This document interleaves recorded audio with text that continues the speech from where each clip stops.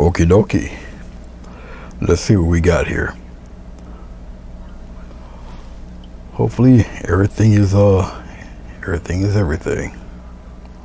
But we're gonna see right now, right?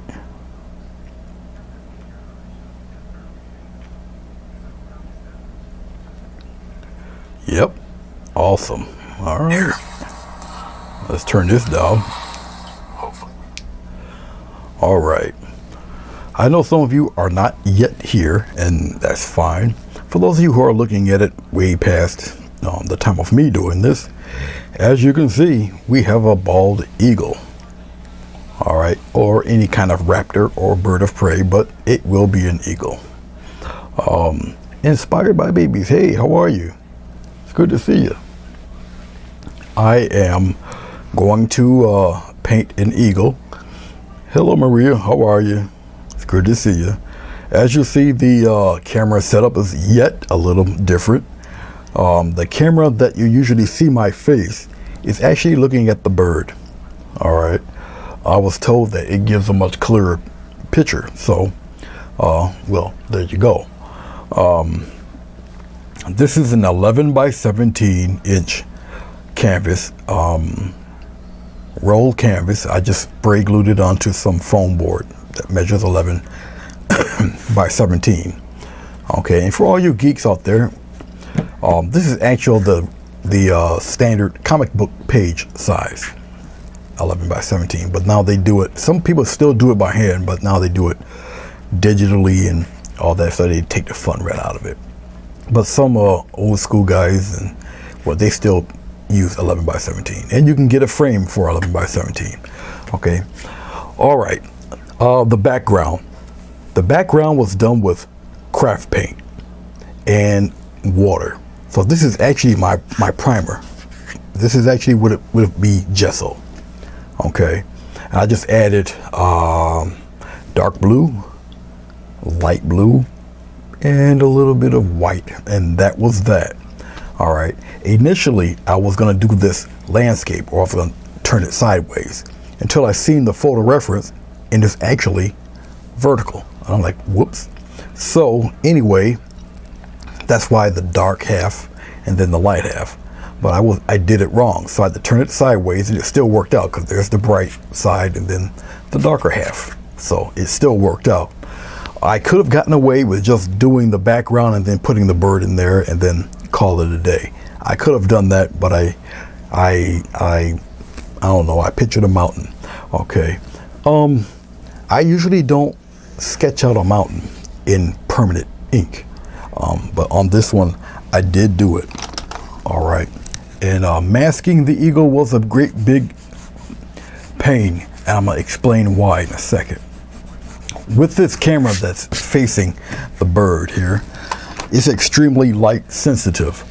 All right, so I actually had to go out. Hello, Johnny. I can't wait to see my finished eagle too.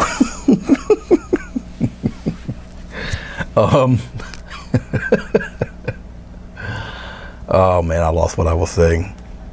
Oh, I usually don't use permanent marker to sketch out the mountain. But because of the way the eagle's position and the sky looks like clouds, I had to kind of frame where I want the mountain. All right. Oh, I know what I was talking about. I was talking about the lighting situation. You're actually looking at diffused light. I had to go to and buy a sheet to hang on the ceiling in a semicircle around my main light. Okay, so I have two black sheer curtains covering both studio lights. Only one studio light's on. That's to light the palette here. All right. The other light is off. It's still daylight. It's a little bit after 5 o'clock, so 5:15 here as of right now. And so still daylight. Probably got about 45 minutes of daylight. It starts going to get dark around 6:30 or so. So we should be pretty much okay.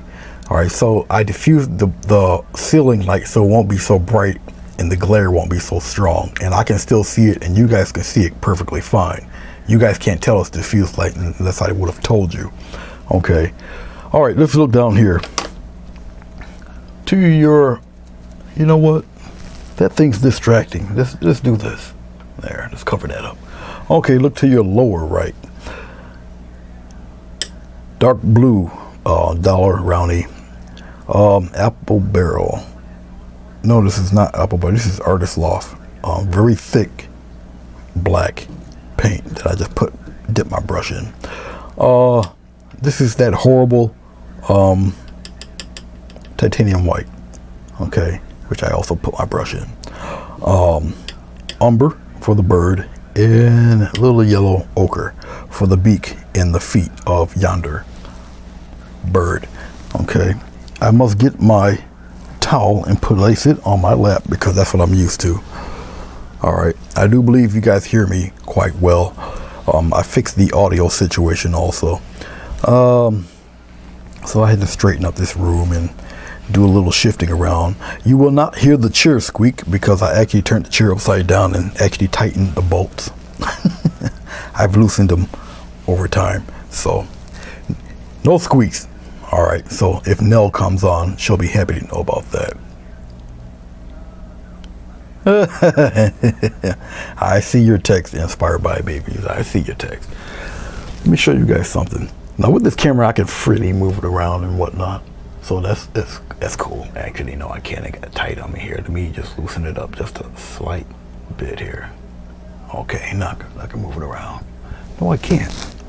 Oh, that's why I'm tightening it, not loosening it. That's why. All right, so let's look down here. There's the photo reference. Let's angle it right here, so I get everything somewhat correctly.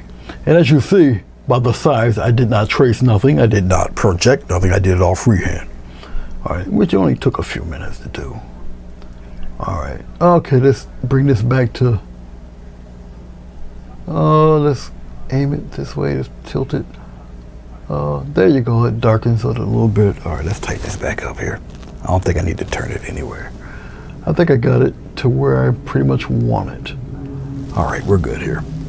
All right, this camera is like literally by my right shoulder. All right. Hey, Marilyn, how are you? Thank you very much. You guys don't see my head shifting to the right or anything, but I got the cell phone and I'm reading your text that way. Okay, but yes, the background is just, I sprayed water on the canvas and I just took craft paint and I just, did my little X strokes or whatever, wherever I wanted the paint to be. Then I took some dark blue and I did it. The dark blue mixed with the white, so it kind of looked like a dark baby blue. So I just wait for it to dry a little bit and just added and cleaned off my brush and just added the dark blue and then took my large mop brush and swirled it around and whatnot. And that's where you get the nice, really soft, super blended background. There's no harsh edges anywhere on this, but that's how I got the smooth background. All right, enough of all of that. Let's, I guess, get to the getting here. I'm going to use a slightly larger brush to do the initial painting on the mountain. The mountain, I'm gonna just do it the quote-unquote cheap way. I'm going to, now normally I don't use black, but today I'll use the black just to cover in the mountain. I'm just blocking in the mountain. That's all I'm doing. I highly doubt I'll add any water because I want the painting to dry. All right, so I will get the edges first before anything. Hey Bruce, how you doing, my friend? No, Marilyn, this will not be the Walmart Eagle, not at all. And most of you who know me already know how I feel about doing animals, but this painting was just incredible. So I decided to kind of do it. Now, the only reason also that I'm doing something like this is that I'm pretty much caught up on everything else. So, and usually when I'm caught up, that means I have a whole bunch of nothing to do. And that's not good. So, on to painting. Now, some of you may stick around to the very end, some of you may not, because this is definitely going to take a little while, but I will show people who are not or intimidated by painting animals.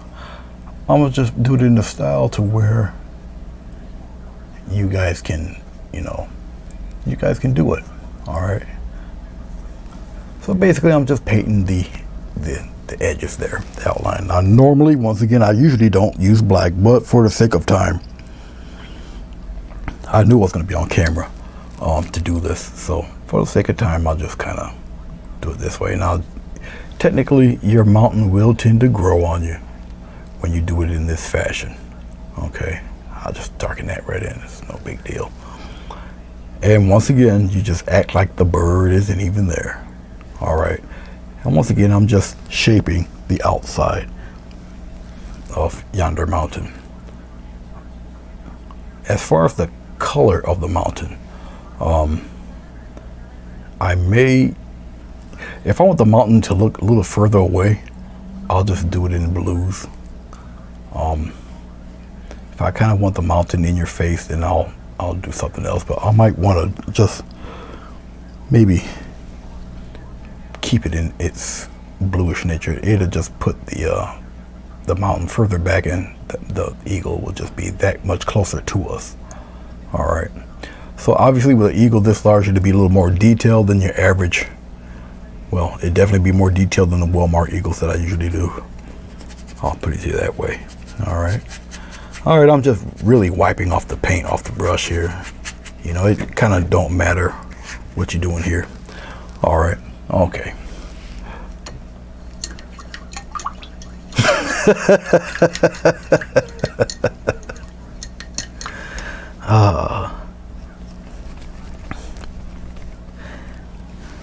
For those of you who do not know Belle's Jinn,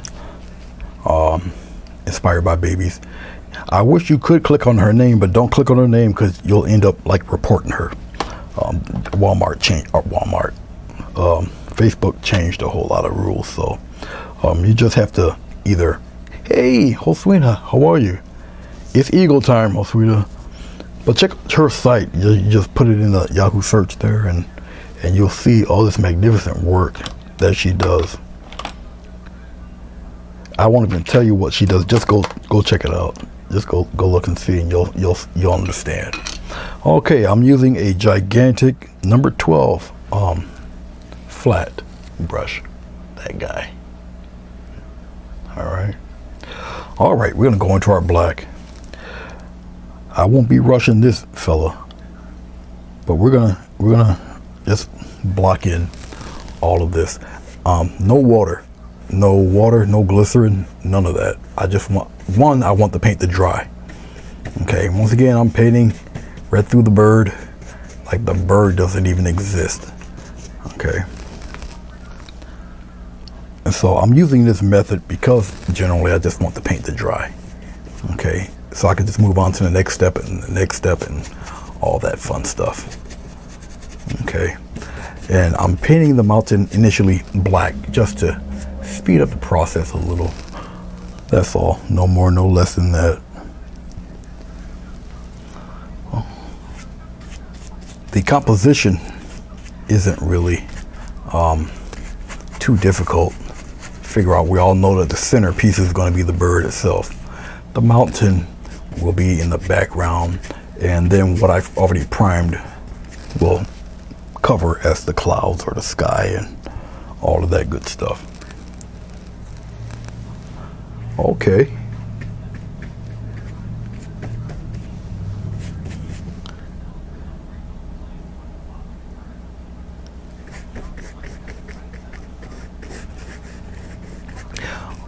Oh, Bruce, I was very impressed. Nice that you showed everybody all that work, that hard work you've done this morning. It was very nice. Bruce is a very, very clever, I guess it's more than just saying handyman, because the stuff he does is more than just handyman stuff. Okay, and his mind, the way it works, doing all sorts of gadgets and putting things together, or repurposing objects. It takes a very creative mind to do stuff like that. You know, some people can be mechanically gifted, but you know, it's only for things that they're of their interest and what they're used to doing. You know, plumbers and pipe fitters and stuff like that. Bruce is a little different. Bruce is very creative. You know, he'll take an object that's meant for something else and repurpose it for something totally different, and it works. That type of thing. And he's shown that, and he's done it for so long. It's kind of matter of fact to him, but it's really amazing. You know, so he did a great job on that room, the basement, his artist basement. All right, there. See, that wasn't too bad.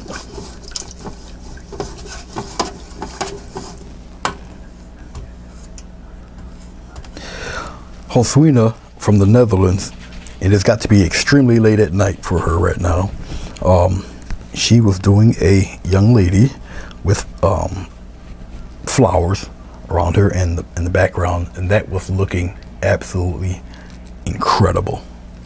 Incredible. The skin tones and everything she's got on the woman, fabulous, absolutely amazing.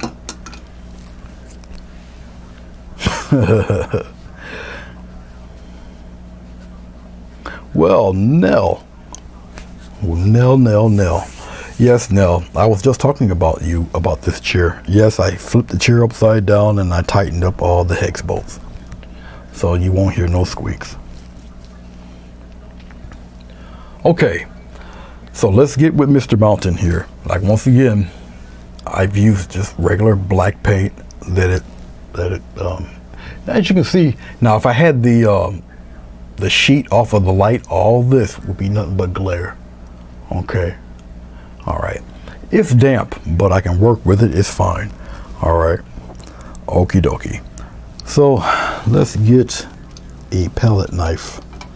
I'm debating. I'll use a smaller palette knife. I like the smaller one. All right. So we'll get a little bit of this. We'll use the rest of the black here. I don't know if I'll be needing any more of the black, but we'll get a little bit of black. We'll put it right here. We'll get some of this umber. We'll put the umber in with the black. Okay, we'll stir it up there, like so. Just like that. We're gonna get a little bit of white. Okay, we're gonna marble that in there. Just like so. So we got this weirdish, it's gonna be kind of a funky, kind of a gray going on here with this. Okay, all right, like that. I think I'm gonna use a little bit of this blue. We're gonna blue that gray up a little bit, just like that. Now, once I start turning this tints of blue, it'll bring the mountain that much further back. And once I can do the eagle, because the eagle is kind of an umber, it'll bring the eagle that much forward. All right. So I'm just gonna mix this stuff up fairly well, spread it out, just like that. You have to add the sound effects. If you don't add the sound effects, it doesn't work. All right. No problem, Sweeney. Like I said, it's extremely, she's 6 hours ahead of me. All right, so it's got to be 11:30 where she is. So I can understand why she's calling it a night.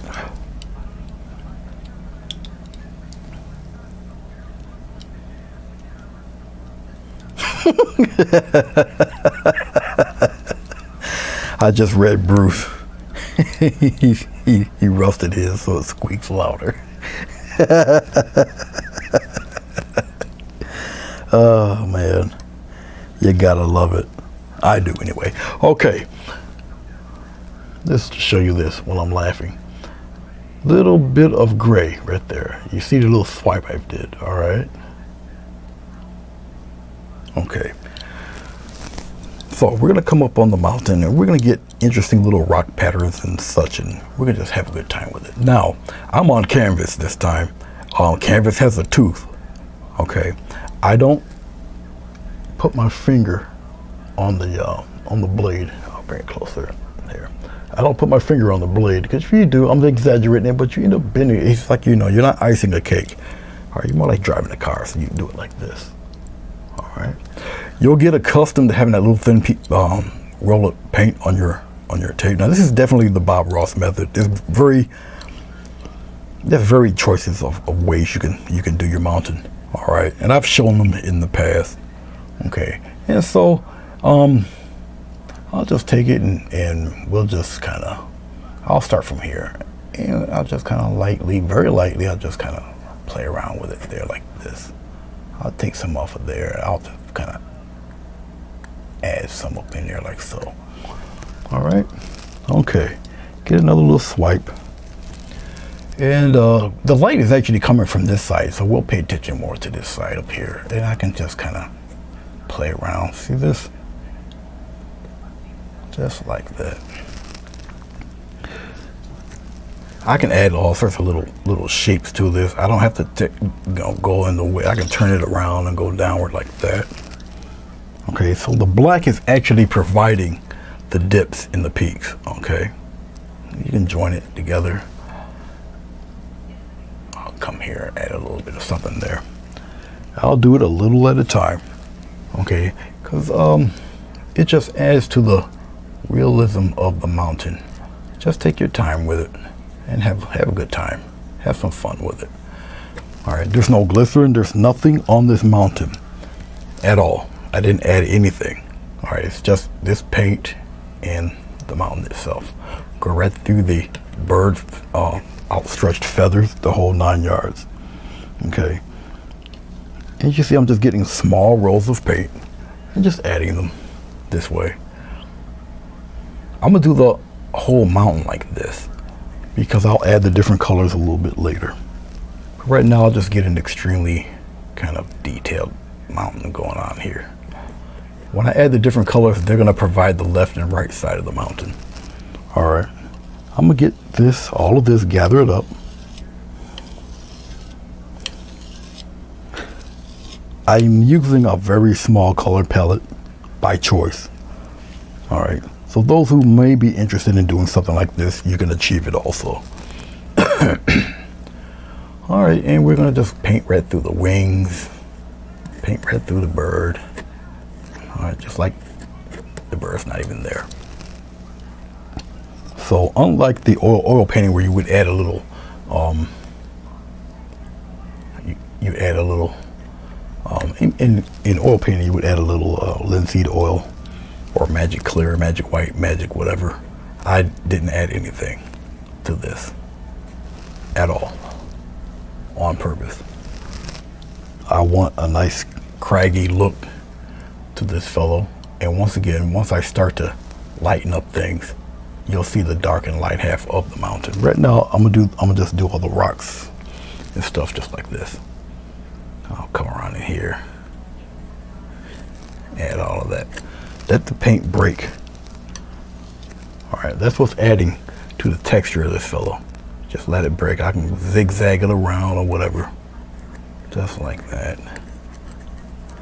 Crumble it in there, put it right up in there like this. Okay.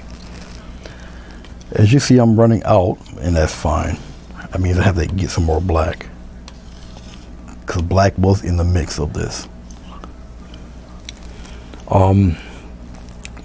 Another thing I'll tell you is that the less paint you have on your palette knife like this, very thin roll, the more texture you're gonna get out of your palette knife when you put it on the canvas. Okay. So let's get a little bit more black. So the color mix to get this stuff is very simple. I don't need too much more black than that. And whatever extra I have left, I'll just whatever extra I have left, I'll just a little more brown. I'll just save it for another project.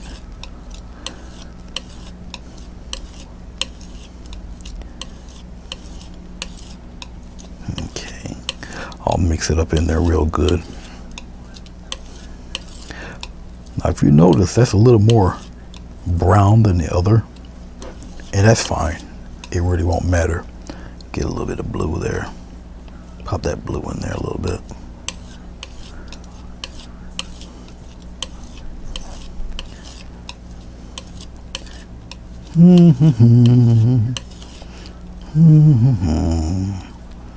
Okay, dokie.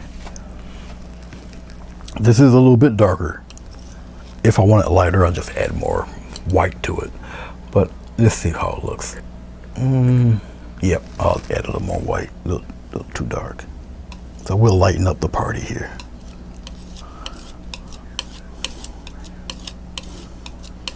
Doesn't take too much to lighten it up, trust me.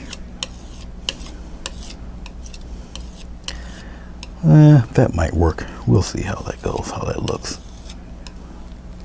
There, just spread it right on out there. A little swipe across. All right, and we're gonna continue on. Let's see. Yeah, that'll work. That'll work. That'll do. I say we're on canvas, so we can dip around and play around with all of this. There's no glycerin, so it's not really gonna travel as far as you would think. I'll put some right here. Get some interesting textures going on down here. It's like that. And I'm just scraping, fading some away. We can go the other way with it. Come on down here, then come downward. See, I'm not getting rid of all that black. Okay, remember that little piece? You got a little piece right in here. Right in here, you got a little something, something. You can come here and just kind of turn it and twist it around. All right. Oh yeah, if you're using oil, linseed helps it. Once again, it helps the paint move around. You can blend it. You know, have a really good time with that stuff. I used to be an oil painter big time until I got the pets. Once I got the pets, a lot of that kind of ended because, you know, babies, animals are extremely curious, and it was just too much of a risk because the first thing they do is try to eat it, sniff, lick it. So that was the end of that. You know, I didn't want a poisoned puppy and kitten. So, and they've already chewed through extension cords and you know, all sorts of craziness they've done. But they were babies, you know. They didn't know that they were biting into something that could electrocute them. They were just curious little kids, you know. But they're both 13 now, and they can care less. Okay, much like that. All right, okay. Now, it looks really, really crazy because one, it's all kind of like one color. Okay, all right. So we'll take what we got here. We'll add a darker side to it, but we're gonna add pretty much more blue to that gray. So we're gonna get a kind of a. We'll play around with the shadow side pretty much. What I'm getting at here. Add a little more blue. The blue, this bluish gray will be on the back end. Okay, now this is going to be kind of fun to do because once I've laid the texture down for the initial surfaces here, now you have now you have extra texture. Okay, now you can plan how you want to shape the shadow side. How do you want your mountain to look here? All right, and remember, the mountain is not the main focus of this piece. Okay, so we'll come over here on the blue side. I guess you guys can somewhat see this, and I'll just start picking little parts of the shadow. Okay, and it doesn't have to be super. You don't have to, like, you know, this is the shadow side, so it's kind of like, you know, you're kind of looking like, but you can see the color difference starting to happen here. Okay, and as I'm doing this, remember the paint that's already on here is providing you the texture. All right. So it will all come together, especially when I add the highlights. So basically, I'm really just emphasizing the shadows. We'll tease a bit of shadow right there too. All right, a little more blue. Let's get some blue here. Okay, a little white. A touch of black. Slight touch of black in there. Keep on mixing it. Like I say, it's not difficult to get your mix to come back. Okay.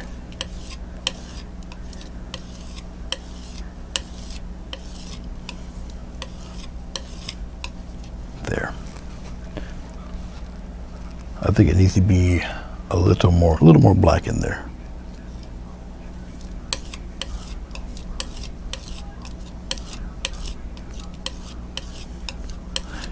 Because as I'm mixing it here, I'm looking. Okay, now I can tint some more blue in that.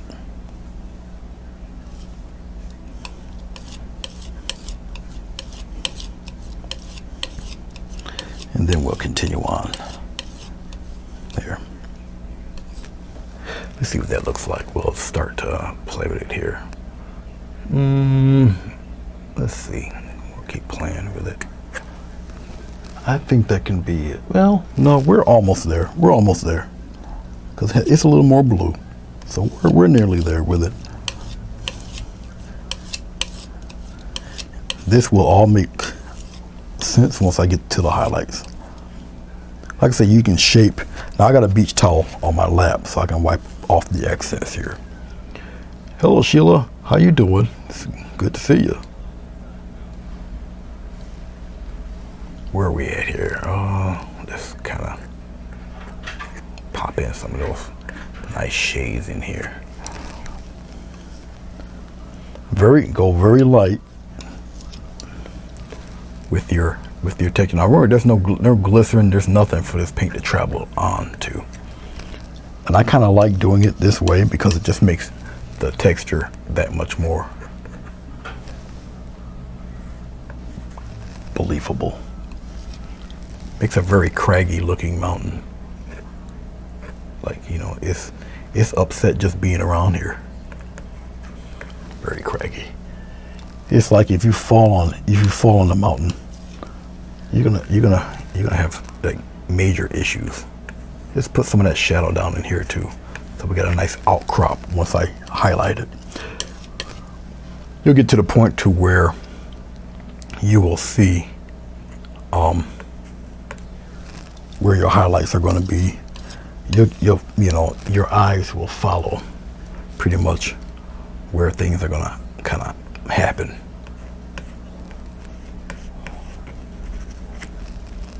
Okay, I'm gonna use all this up. Why not? I'm just picking out spots to where I want those shadows to kind of be at there.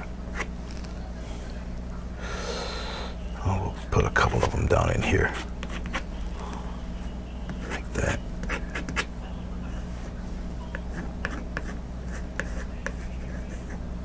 Just like that. Yeah, I like that. Now wait till you see what it's going to look like with the highlights on this.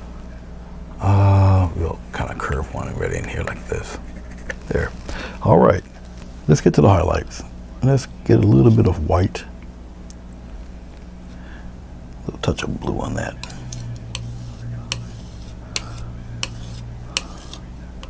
A little touch of blue into the white. I don't want it to be stark, super white. Okay, now a small touch of black in there, believe it or not, because this mountain is still in the background and I don't want to really compete too much with the eagle. Okay, there, that will be fine, just what you're looking at there. I can really deal with it to be a little more on the blue side, really. Therefore, a little touch of blue. We'll keep playing with it there. So we got a little bit of blue-gray going on.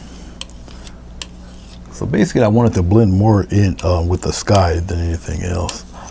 Like I say, once you do it like this, it brings the mountain a little further back, a little closer to the sky color. Okay. Just like that. Spread it all out like so. Now, the brighter the highlight, the less of it you need. Okay. So a little swipe across. Now you pick and choose where do you want your highlights. Okay. And so you can start to design little cliff faces and whatnot. But here, let's have some fun with this. Right on this side here. Start kind of doing things like that. You know, a little bit here and there. All right. Come on down here. Pop some here. Like that. Do it a little bit at a time, and you'll start seeing. Maybe a little point there. All right, let's go here, right to the edge here, and just spread it out a little bit.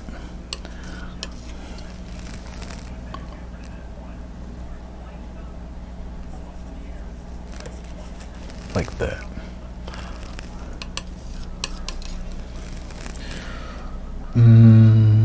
Let's put some in here like so. Bring it on down like that.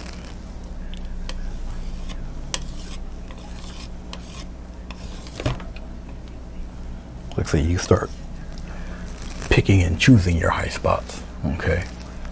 Oh, let's get a little something right in here. Kind of take it and you curve it a little bit like this.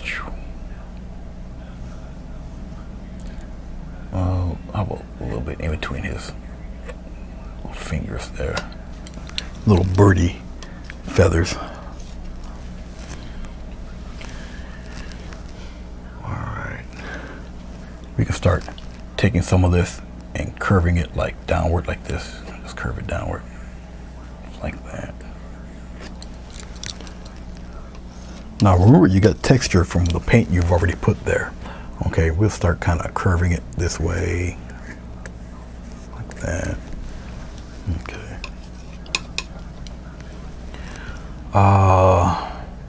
Let's have like a little ledge. Let's have it go straight down. Just like that. Come straight downward. Curve that one in, like that.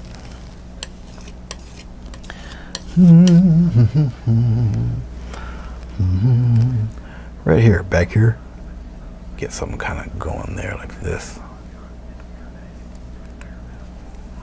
Right in here. We'll scrape up a little bit more.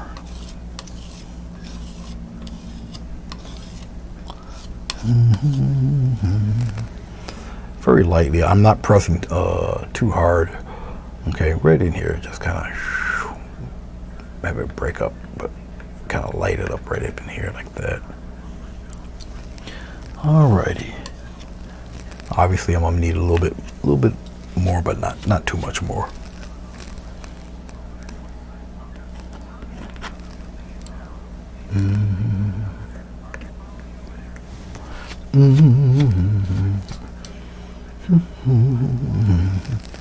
A little more white. What's left of the blue, we're going to use that up too.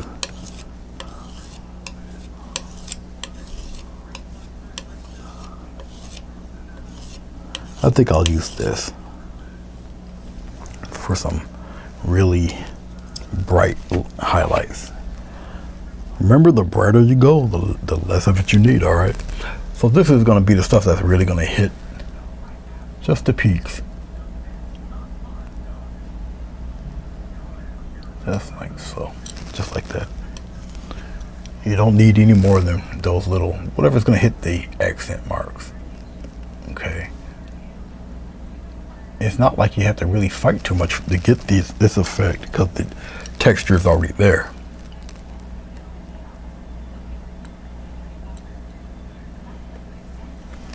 Okay. So you can pretty much kind of shape where you want your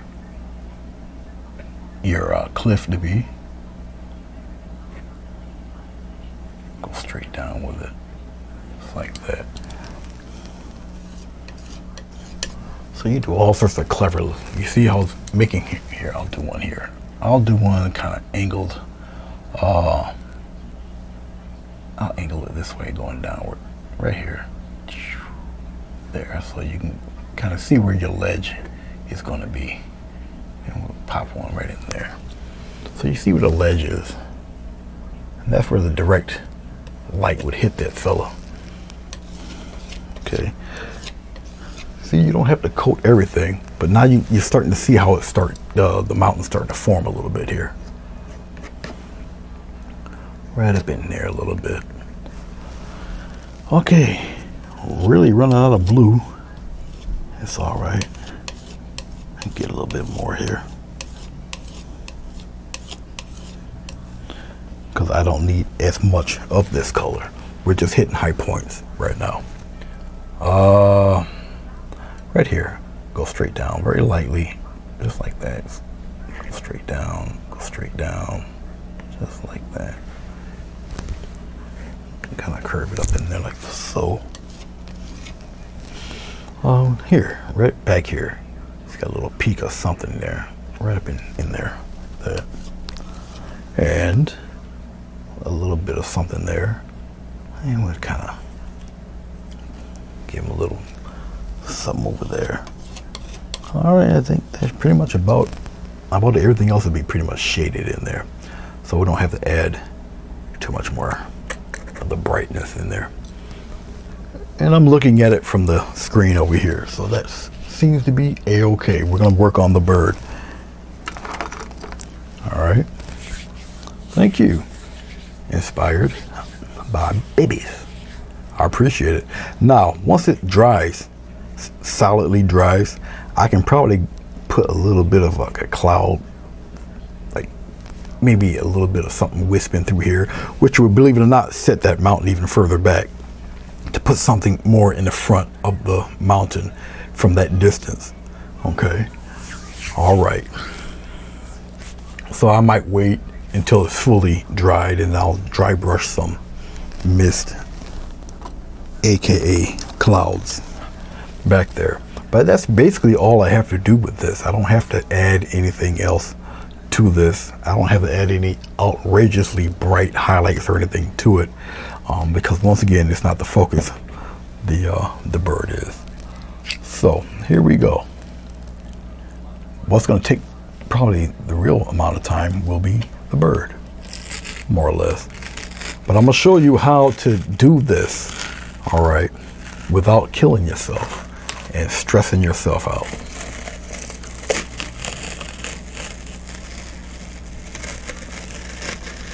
Now I'm just pulling, okay.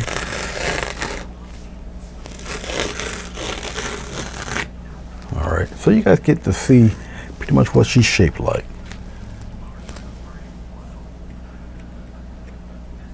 Get this little bit out of there. There. Okay, no more tape, that's it. Well, that's what she's looking like. Obviously, she's blending in with the sky because I didn't block her out. I didn't really want to do that. I'll just block her in right now. So I'm gonna show you guys all these steps here. Okay. Now, eagles are more of a burnt brown umber type of thing they got going on. Okay. The head I'll leave it alone. We'll work on the head probably later. But we're gonna get to the main body. The main body I am gonna block in, but I'm not gonna block it in like you think I'm gonna block it in. All right, and there's a reason for what I'm about to do next. Okay. All right, look down here. Look at this burnt umber here. Okay, we'll get some burnt umber out here. Hopefully I got enough of it. We'll see. Okay, we'll just add nothing but white to the umber, just like that. And we'll get it lighter than that, just like that. Okay. Because the bird itself initially is quite dark, but it's dark, but it's got some light undertones to it. to the bird. All right, so this here may be the perfect mix for it. I'm gonna get a little bit of water, no glycerin, just water, because I want this still to dry. So I won't add any glycerin to the bird. It will be just water and paint. So this is just burnt umber and white. All right, all right.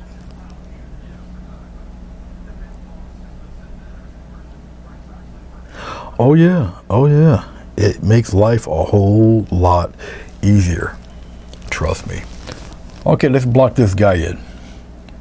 It makes life a lot easier. Now usually when you block in an animal or a person, they tend to grow a little bit if you get it past that border.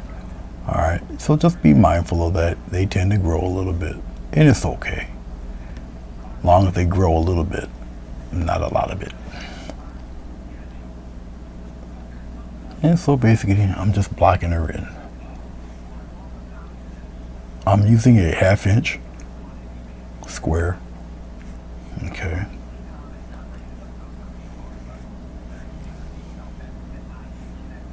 So there's a method to my little madness of why I'm blocking it in with this light color.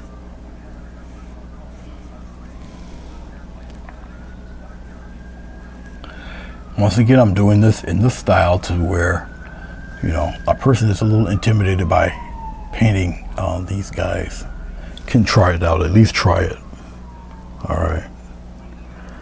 My only downside is that I should have made a lot more of this color, but it's all right. It's not like it's a big array of colors to get this shade. It's not.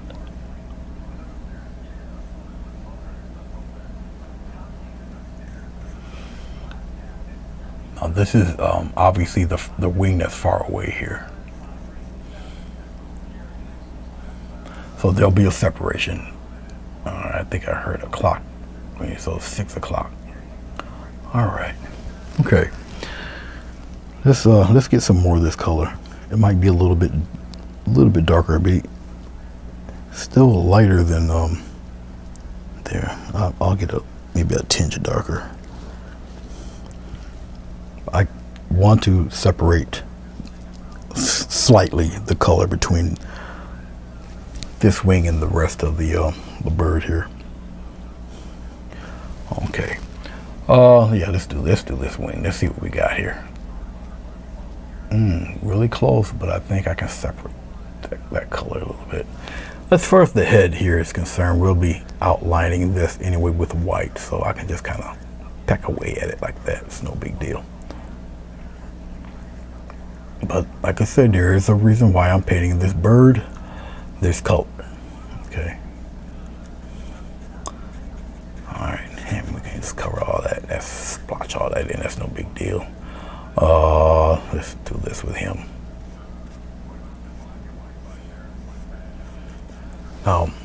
Obviously, that tail is white, so we'll kind of splotch and play around with it. His feet are right here, so I gotta be careful with that. But that's fine. Okay, let's deal with that back wing there. All of this up here is just all the same color. We're gonna block all of that in. Let's get this kind of squared away, this edge.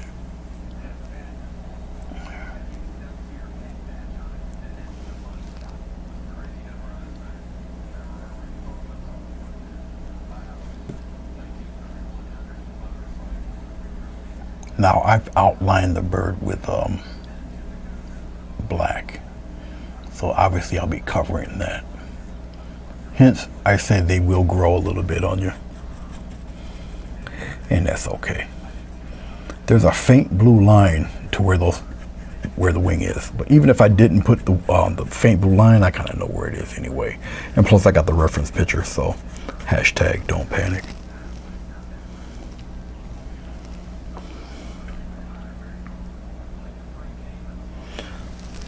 Yes, I've used pastels. I did a lot of cards and stuff with pastels. Pastels with my left-handedness can be kind of messy, so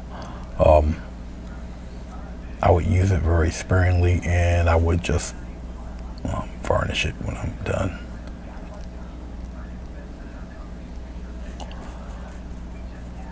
But yes, they do blend lovely, I must say.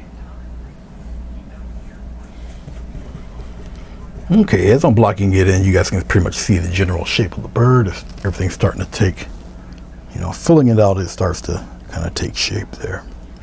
All right.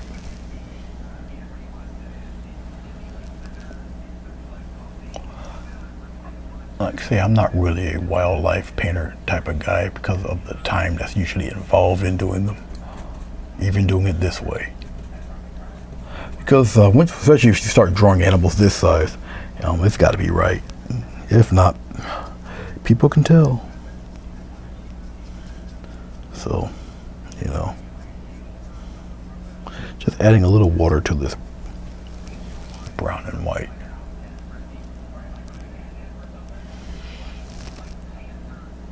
Now, for the back of the wing here, I do expect it to grow a little bit as I get more into the doing the feathers and all of that. The feathers aren't as difficult. It's just the positioning, okay, of the feathers. But you'll see when you break apart an eagle's feather, you'll see their pattern. And the patterns are repetitive. It's just they get smaller and smaller. All right. And they're in sections also. Amsterdam paint. No, I haven't. And to be honest with you, I don't know if I've even seen them here. I would have to look for them, but I haven't seen them in I usually go to Michael's. I don't go to Hobby Lobby, so I don't believe I've seen them. But I can look them up. I got the app for Michael's and see if they got it. Okay, as you see, I nicely ran out of this color. I'm very close to finishing this blocking in process, but I'm so low on the color. But I think I did pretty good. I did fairly well. So once again, we're gonna just mix some more. It's not like the mix is impossible to get. All right, it's just the brown and the white there. Just mix this up, see? Just mix it up.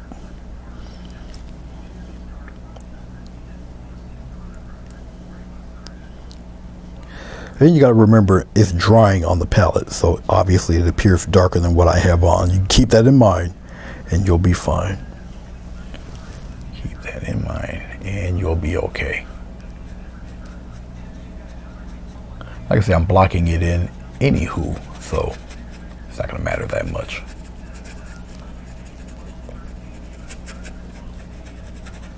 Put it right in there.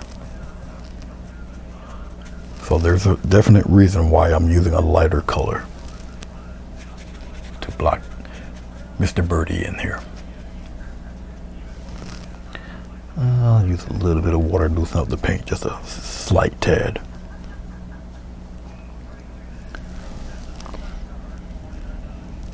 If you guys got any questions, just shoot them out there. No, I'm not really at this stage paying attention to my reference because I'm just blocking it in, so I don't really have to look at it as of yet. I will shortly, but not really, not now. Alrighty, so most of this is kind of blocked in there. All right, blocked in. Okay, all right. At least that much of them is blocked in.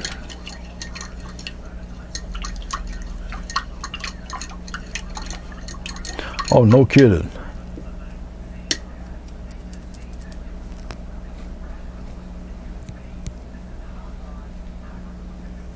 Oh, okay, Vermont. Are they the liquid paints? Or are they in Oh, they're in tubes. Okay. All right. I'm gonna get a little bit of as I'm talking to you guys. I'm gonna get a little bit of blue here. I'm gonna show you what I'm gonna do. Not much of this blue left. I use I'll try to use all of it I can, When it's completely empty, then I just trash it. All right. For where it's going to be white on the bird, I'm going to get a little bit of this dark blue. I'll put it right here in the brown. It kind of don't matter at this point. And I'm going to use a little umber. Just like that. Look at this. Now watch. A little bit of white. Just a little bit of white. And it turns kind of a grayish. Look at that gray. All right. See that? See how easy you can get another shade of gray instead of just black and white. All right. Okay. Well, we'll just flesh out the tail with this gray right in here.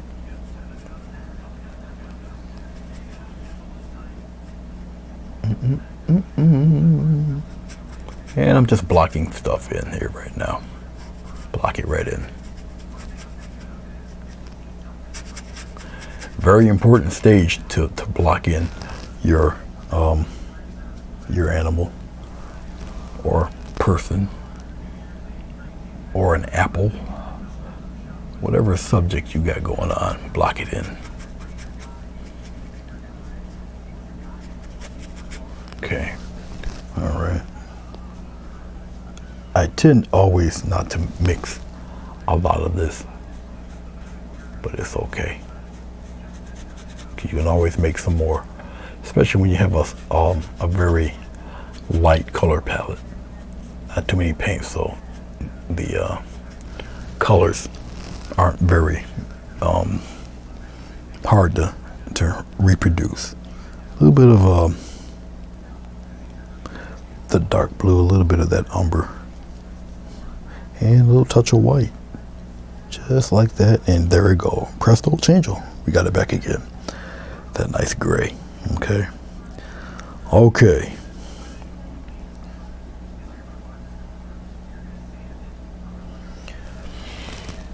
I'll probably use a smaller brush than this to get to the his little head here. I gotta be very careful.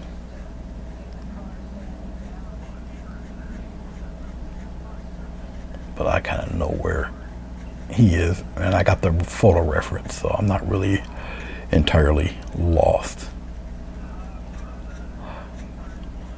I'll get it very close to the photo reference, but it does not have to be picture perfect, accurate, as long as you got the pose there. And as long as you got it in a way to where people will look at it, and if they happen to see the picture, they'll know, you know, that you got it from here or from the, from the photo, and it doesn't look too far off. All right. So you want to just get a strong likeness, unless you want to go for photorealism and whatnot. I just don't feel like spending the next 7 days doing a bird. But, that's just me. All right, something like that. Okay, let's get some yellow ochre. I did not clean off the brush. I'll get a little bit of yellow ochre here. And I'll just block in his feet. I thought I was going to use a different brush. Well, I just made a liar out of myself. Right in here. A little yellow ochre. We'll just get a little block in where his feet would be here. Just like that. Just like this.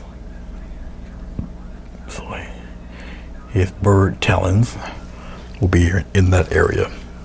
In there. All right.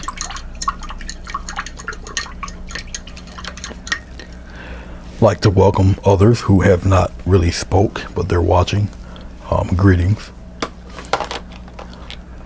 I am painting on 11 by 17 inch canvas glued to the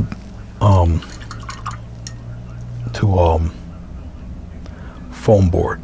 All right.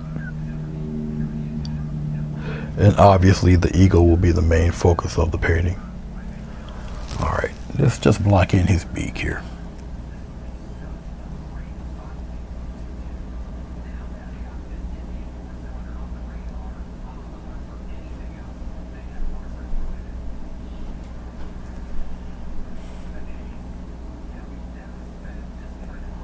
His beak could be somewhere in there like so. Just like that. Blends in a little bit. That beak doesn't go as far back as you would think. Right up around in here somewhere. Block him in. All right, let's go back into our gray. I got the round brush. We'll cover up where his eye is.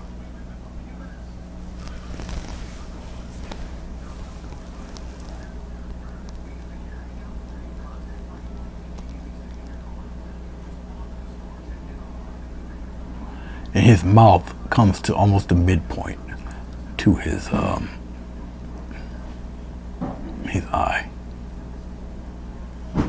All right. So that's enough of that blocking in, just like so. All right. A lot of shading for his head, which will be coming later, but I can do it with this wet paint because you're just layering paint on paint. Right up in here. It's a little bit, you're not going to really see it that much, but it's underneath his brow. He's got some good shading underneath that brow, and it kind of comes all out here a little bit and then all up in here. Now me blocking it in like this, okay, that actually, especially if it was a little darker, it would actually help in the texture when you do the different shades of white there. All right. And just because, let's get a little bit of, we'll do this right now while my mind is thinking about it here. We get a little bit of white and a little bit of ochre. So I'm thinking about it now, so I might as well do it now. Right here, eyeball. Just block it in, I made his eye a little larger. There. Even that, you know, he doesn't have a very friendly look, even at that stage. Okay.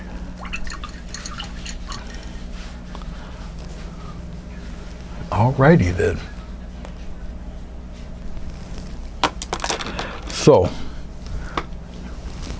let's clean up a lot of this. It's a good thing about a glass palette. You can kind of scratch this stuff up out of here. Clean up your palette. Now this is just me. Once I'm done with a certain amount of painting, and I'm working with acrylic, so let me move this water. This water is in my way. There we go. That's better.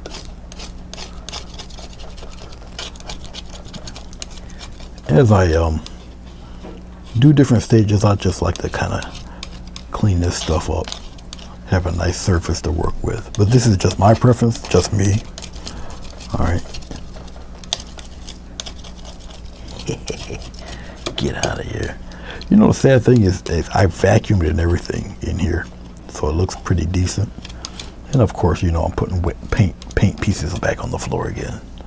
Thus is the life of an artist, right? All right. Now, let's move on to some mist. All right.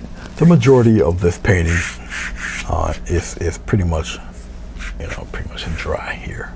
All right. Okay. So I want to add a little bit of, just to send the clouds back a wee bit. I don't really have to add any more texture or anything to the mountain. I don't have to add all of that. All right. I think I somewhat have enough to where I really don't have to do that and have it be overly distracting, but I can add some mist, clouds, anything that's going directly this way in front of this. All right, so you strategically put your highlights somewhere where even a little strand of cloud will push the mountain back further. Okay, all right. So it will be a lot of dry brushing involved in this. I guess I can take I'll use this. Yeah, I'll use this guy today. All right, this is, well, it is a beat down. Actually, it's a beat down bright. Actually, it's just been beat pretty much halfway to Hades and back. All right, let's look down here. Let's get some white. All right, now it's got brown in it. It's no big deal. Let's get some titanium white. We'll kind of pounce it here. Put it in the bristles, but you see, it's like I'm wiping it away. Okay, very light. Just wipe it. All right, just like that. It is drying as I'm doing this. All right, I'll show it to you here. Right there. All right. So I'm wiping a lot of that off. Why am I wiping it off? It seems redundant, right? No, well, you got a mirrored one. That might be a little different. But no, I really enjoy my palette. I really do.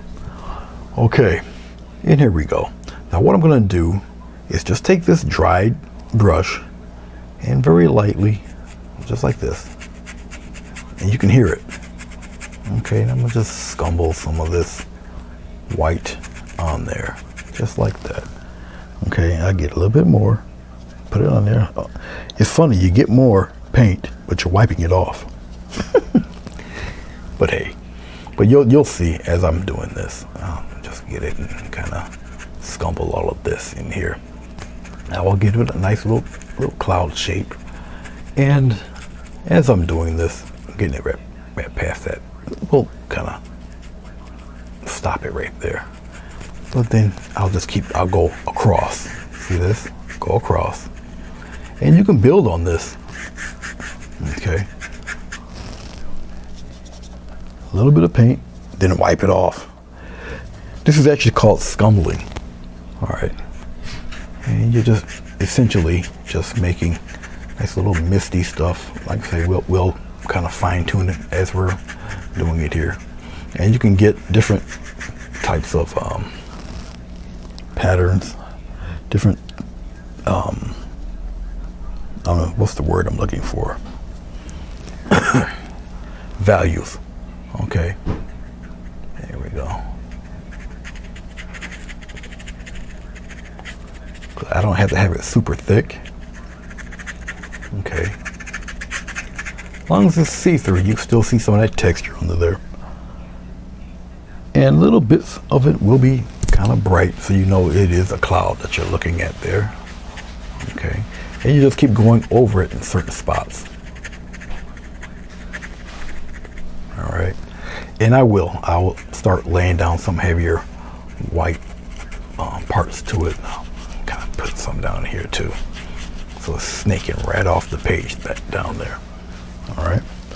Okay, we get a little thicker white, and very lightly, we'll kind of need more white. All right, let's see where I put it. There it is. Hold for 1 second. I'll put another one up here, up on the top toward the peak there. We'll put the white right here. I'm kind of glad that I'm running out of white because I can't stand this. There was this Winsor Newton. I'm not a big fan of Winsor Newton's titanium white. It's horrible. It's like a glorified soft white. Needs to go in the basement somewhere and rot. But that's my opinion. Somebody may actually love it. It's just not working for me. Okay, here we go. Now you see that? You see that brighter bit there? I'm just slowly working it in there.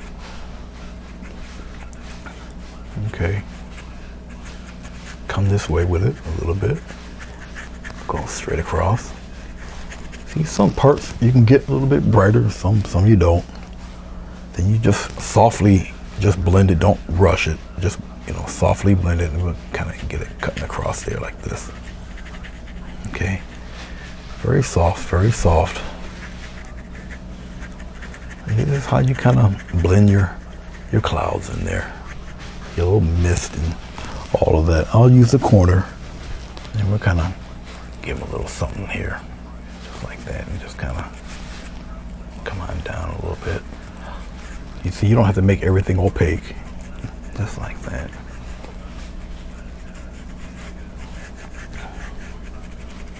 And just rub, rub, rub.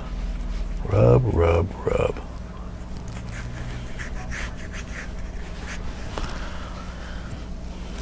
Give me a nice little trail, a nice little line going right through here. Just like that. You can almost get it to where it's just about glowing.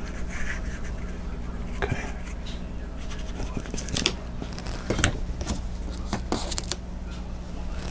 Wrap around in here a little bit. Just like that. Bring some of that down that way. But as you can see, it brings that guy back. Okay. You still see details and all that underneath. Okay.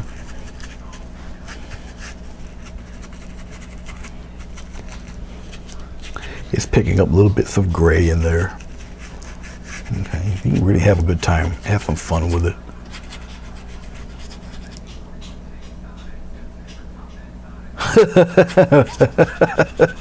Bruce. You gotta be careful with Bruce. Bruce is a hilarious guy. Okay, up around here, put a little bit of that up here. We'll start it around in here. Really soft. See this? Just stir it around. I got some on the other side. Very soft. All right. Remember, you can layer on top of this stuff. So very soft. Just like that. Very soft. Very soft. And just keep layering. Just right on across. And as you're getting across more paint and whatnot, just add a little bit more, but it's a very soft touch. Circular. Just like that. Is it time consuming? It can be. It can be, but you know what? It's part of the fun of this thing, man. How you have a little fun. All right. Don't worry about the wing. Okay. Don't worry about going across the wing. You're okay. You're all right. It's all right. The art police will not come in and take you in. Go across the wing. It's going to be covered anyway. Follow me. Get a little brighter there. There we go. A little bit brighter. Just like that. I'll put a strong one right behind the mountain itself there, like this. And you just keep on. Just like that. Okay. There we go. Get it behind that peak there. Just like that. So hopefully it's starting to make a little sense there. Hey Jay, how are you? And who else is that in there? I've seen AJ Marie.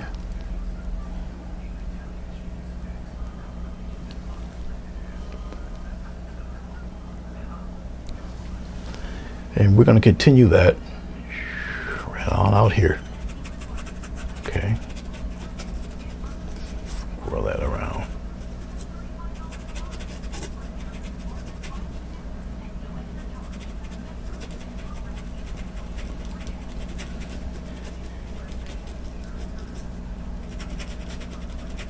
Just like that. Get it a little stronger here, and you gotta fade it right out there. Okay.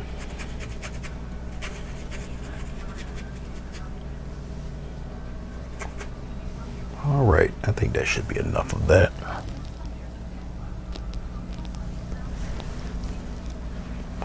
I'm just looking at certain spots. Certain spots can deal with a little more brightness. And just scumble it in there, smooth it in there. Just in certain areas.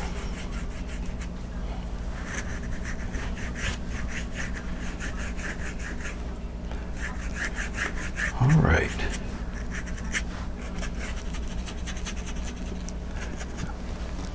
Hey, Sleet Stacks, how you doing? It's good to see you.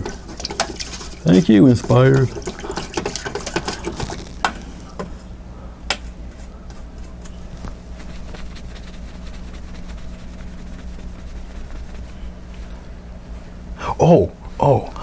Bruce, glad you're here.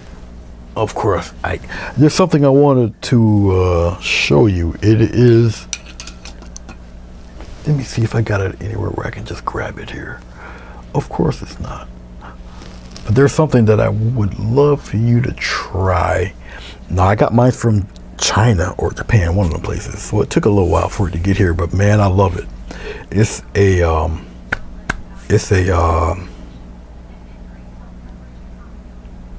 don't know why I can't think of what it is now. It's USB. You can get it in 2.0 or 3.0. It's a little video encoder, and the thing is not even $8. I've bought 2 of them. They didn't even come to a $20 bill. That's even with tax. But you just put it into the into your computer, right? And it turns any camera into a webcam. So it overrides your webcam, and it makes your DSLR camera, camcorder, this thing here, your webcam, it turns that into your webcam. So, hey Lori, how you doing, dear? So,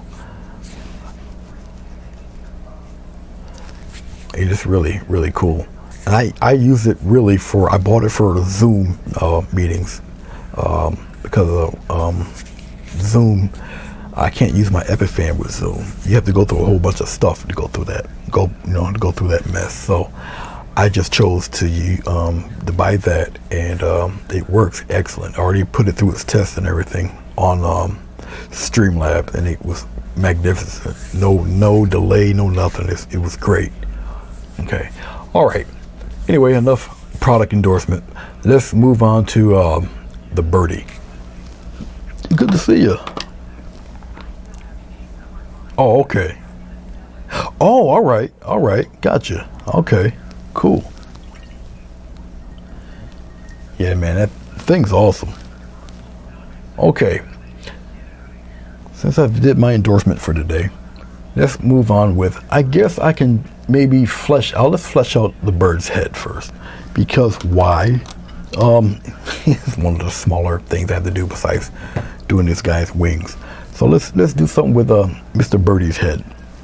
Now, I'm going to get a very, now we're talking about texture here for Mr. Bird over there. And I'm going to use a little tiny thin brush. This guy, right here, this little tiny guy. All right. I wish, see, the webcam obviously does not have a zoom on it. So, gonna get a little white. Now, yes, the bald eagle, once it's past 5 years old, the feathers on the head turn white. But we're not gonna, the white's the final part. Don't do it white. So we're getting a little bit of blue here. All right. So we got a little blue and white. All right, we're gonna start filling out and doing, now it comes to values. You already got the head shape. You already have it blocked in.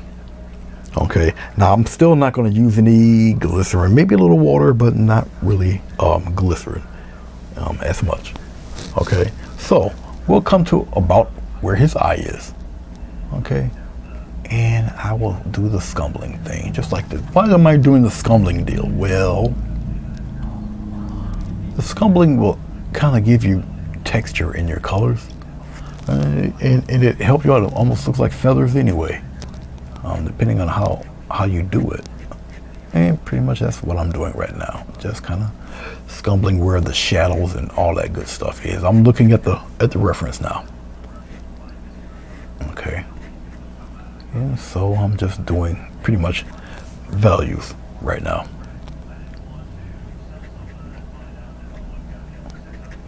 Just like so.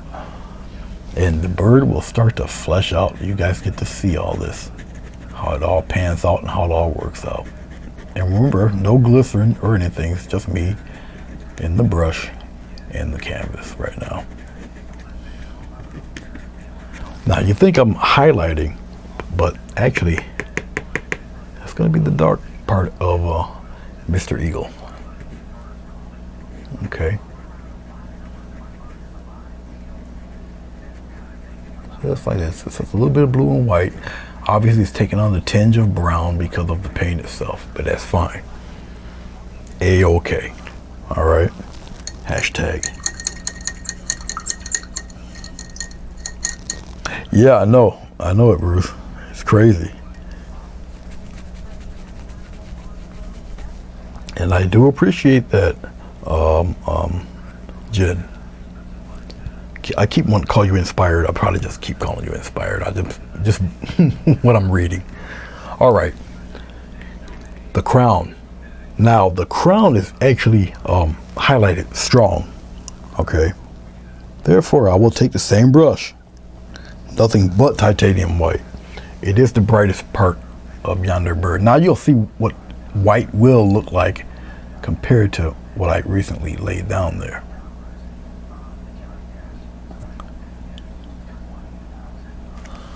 Okay, you see that? And it's taking on a brownish tint, and that's great. That's fine. That I don't mind. Because remember, you can go back over it. And I'll be going back over it. That I'm not too worried about. And once again, I'm just glancing at the photo reference.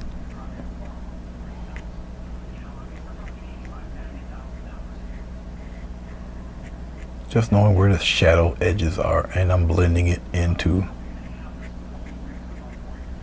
just like that.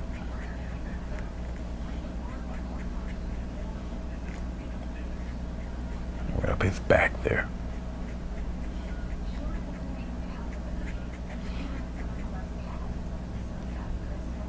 And I'm gonna keep going at it there. Just like so. Oh yeah, you guys can see that, okay.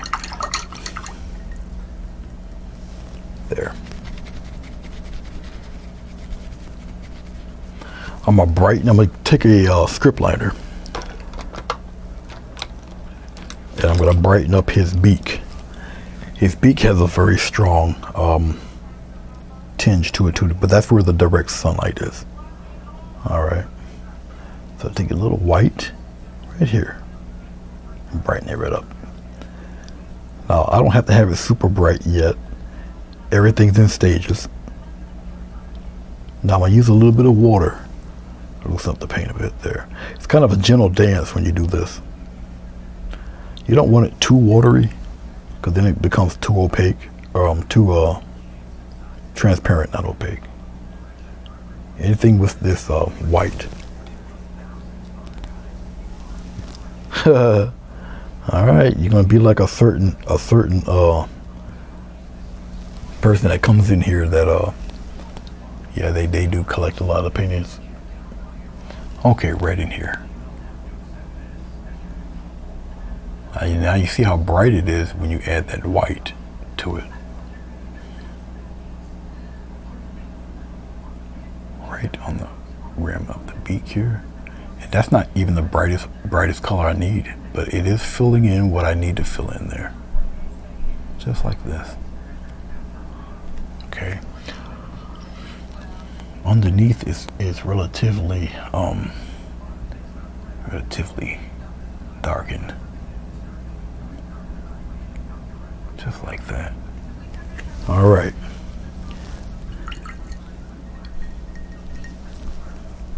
It gets even brighter than that for the beak itself, the very tip front of the beak. And so what I'm mixing a lot of white, but with a little bit of that ochre, because it's even brighter.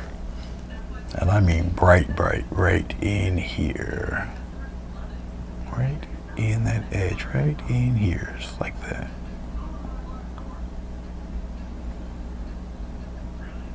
And I'll destroy the inside edge, very delicate, just like that. And as I go on, it will more than likely get brighter than that. Okay. But it's direct sunlight hitting the bird right in the face. All right. And because of that brow, it's why the shadow is there, because of the bird's brow right here. Okay. And we'll accentuate that also. All right. Let's get a small little touch of black. Small touch, because his nasal passage is right there. Okay. Very delicate little nostril is right there. All right, okay. Hey, Dee Dee. Let's see. Dee Dee is, she might, but I know Music 55 is pretty darn close. So, but yeah, she does own quite a bit. Let's brighten up, since I got this light color already. So I'll talk while I'm doing this and showing you guys. I'll get a small bit of water, just a small bit. I'm going into this brighter ochre.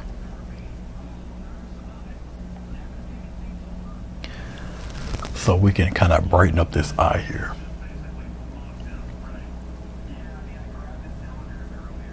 Brighten that eye right up. I'll probably get it a little brighter than this. This is not bright enough for me.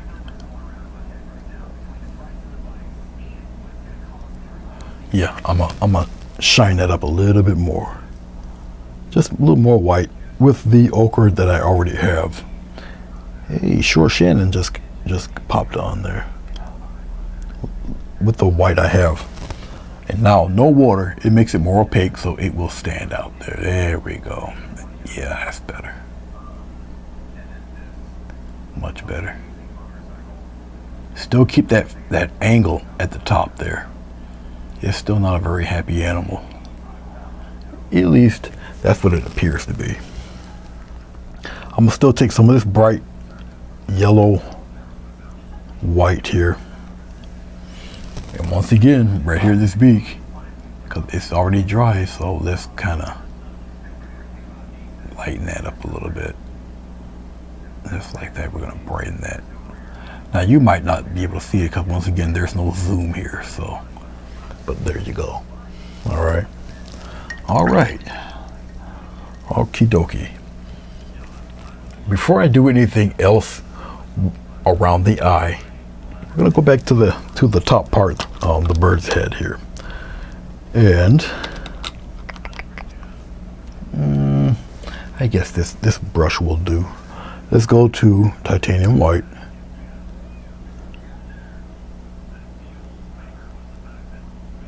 Almost like a scumbling action again. No water or anything added, just the white itself. Okay. Be very gentle. Now this is direct light hitting the bird here. So it's pure white.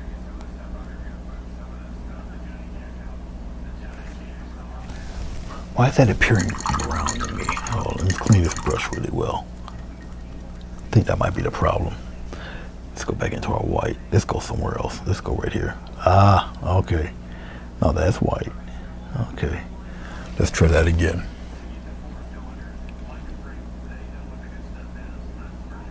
Alrighty. Very bright. As I'm looking at the birdie here, it's got that bright coming down here, right by the rim of that. And it is very bright. So it's like almost washed out. All right. Right on the top of his head here. All in here. All back here. It's washed right out. Now I can take some of this white, add a little water to it, just a little bit, and use the tip of this brush. These are the small details. You work large and work yourself into the details. All right. And start adding little nuances there to Mr. Eagle here. Just like so. Okay.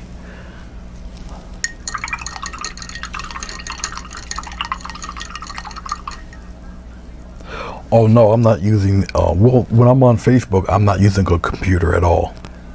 I'm using the webcaster. The webcaster is doing it all. It has Facebook and YouTube and it has Facebook, it has YouTube, it has Twitch. It's got a few other ones in there, but it doesn't have Zoom program or anything like that. So, but that's what we got going on here for this. So it does not have any of those on it at all. Okay, so we got this fella cloaked in.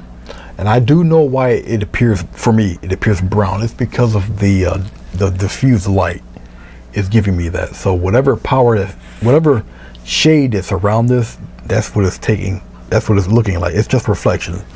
All right, because I'm looking at the camera here, it's just bleached white, the way it should be.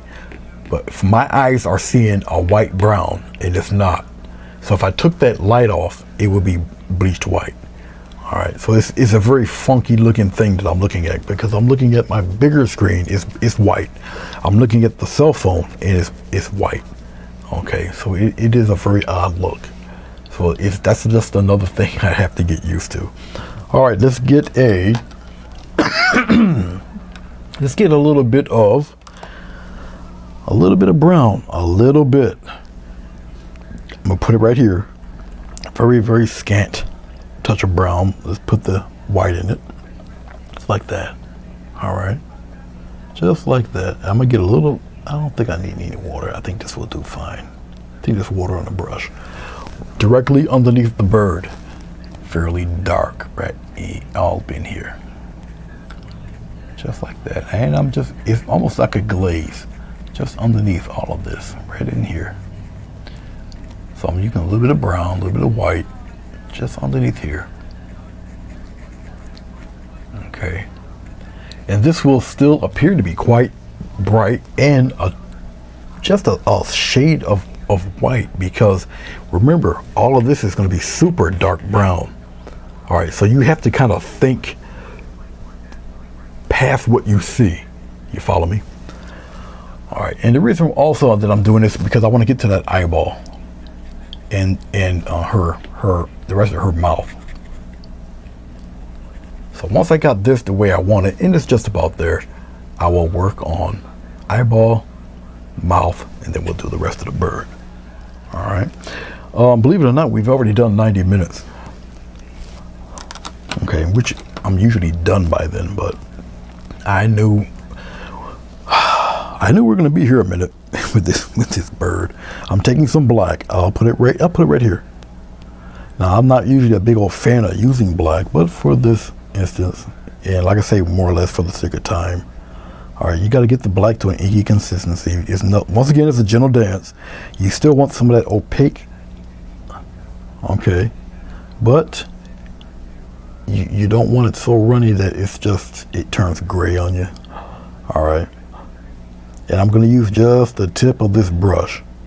All right, okay. I guess we'll work with the eye first. Now, usually I could, with my other camera, I would more or less zoom you guys in. Once again, the eye is larger than what it would normally be, but for the sake of the camera and to show you guys what's going on here, I made the eye just a scant larger. Now, do not put the eye so high to where the ridge of the brow. I'll show you here. The ridge of the brow is not covering that eyeball itself, the iris. It's much like that. All right. Even from the distance of the camera, you can pretty much tell. All right. Yeah, she ain't happy. Oh, she looks pissed. But you know what? That's the way the picture looks also.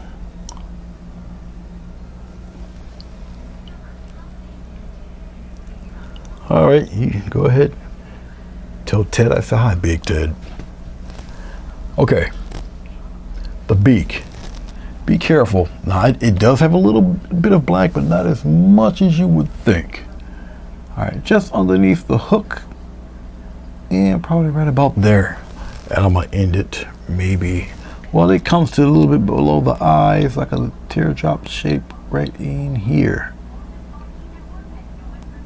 Like that. I'm not going to continue the whole thing. That looks absolutely fine the way I have it. Just like that. I will not tease it any more than what you see right there.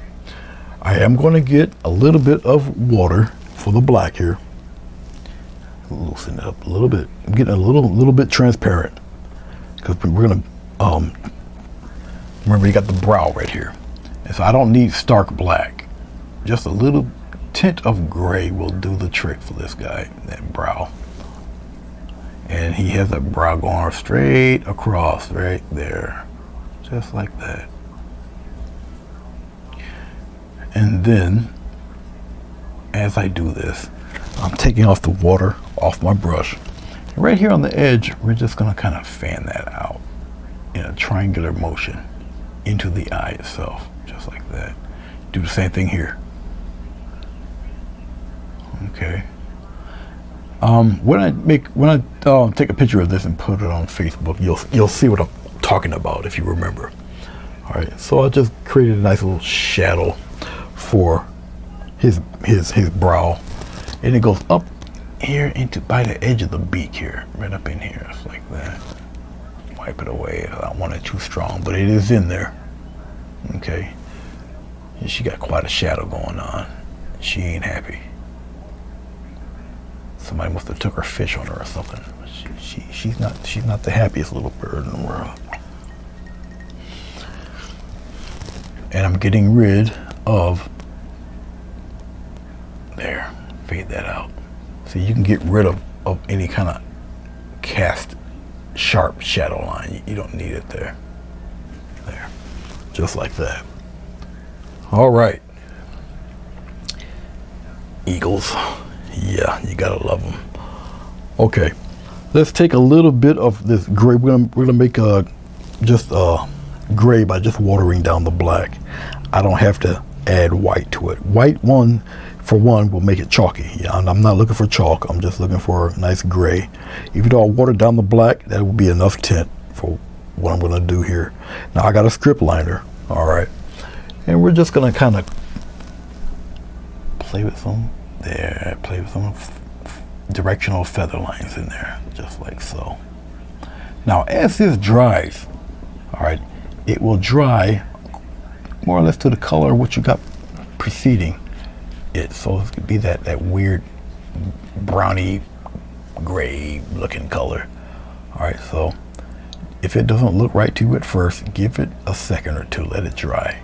You'll be okay. You will be fine. And this is all shadow and stuff all up in here anyway. Just like that. You're okay. Don't cry. Don't call the prevention hotline. You're okay. You'll be fine. All right. Okay, I'm gonna take some of this color, this grayish color, and we're gonna just give a little bit of love right by where that beak and Umber face is there. All right. All these little nuances actually help add to the realism of your evil raptor bird. All right. Okay. Just like that. All right. Okay. Now, let me show you something. Even though I just did the head of the bird, but look at the distance from the mountain and her, just because of those clouds. It wouldn't have looked like that without those clouds, because in the actual photo, everything is blurred out. It's just blurred out shapes, and she's the center focus. Okay, but now since I put a mountain in here, and I don't want the mountain to be the center focus, put the clouds in there, put the clouds in the mountain back. We all know the mountain's there. Okay, but you know you got your misty cloud thing happening here. All right, but the bird is going to be right out there. Even with its dark umber, it's still going to be out there, because once we get to the wing, which won't be as bad or take as long, there's strong highlights on the wing, especially on the front here, and it's got that nice, really bright highlight here. All right, but everything else is is deep, dark. Even underneath the bird is pretty dark. All right, you'll see as I'm doing that. He's just determined. Yeah, he's determined. He's determined to mess somebody up for taking his fish. That's what he's determined about. That guy, this dude is on, I don't know. Bird look like he needs some pain pills or something. But that's the way she looks in the picture. She, he, it.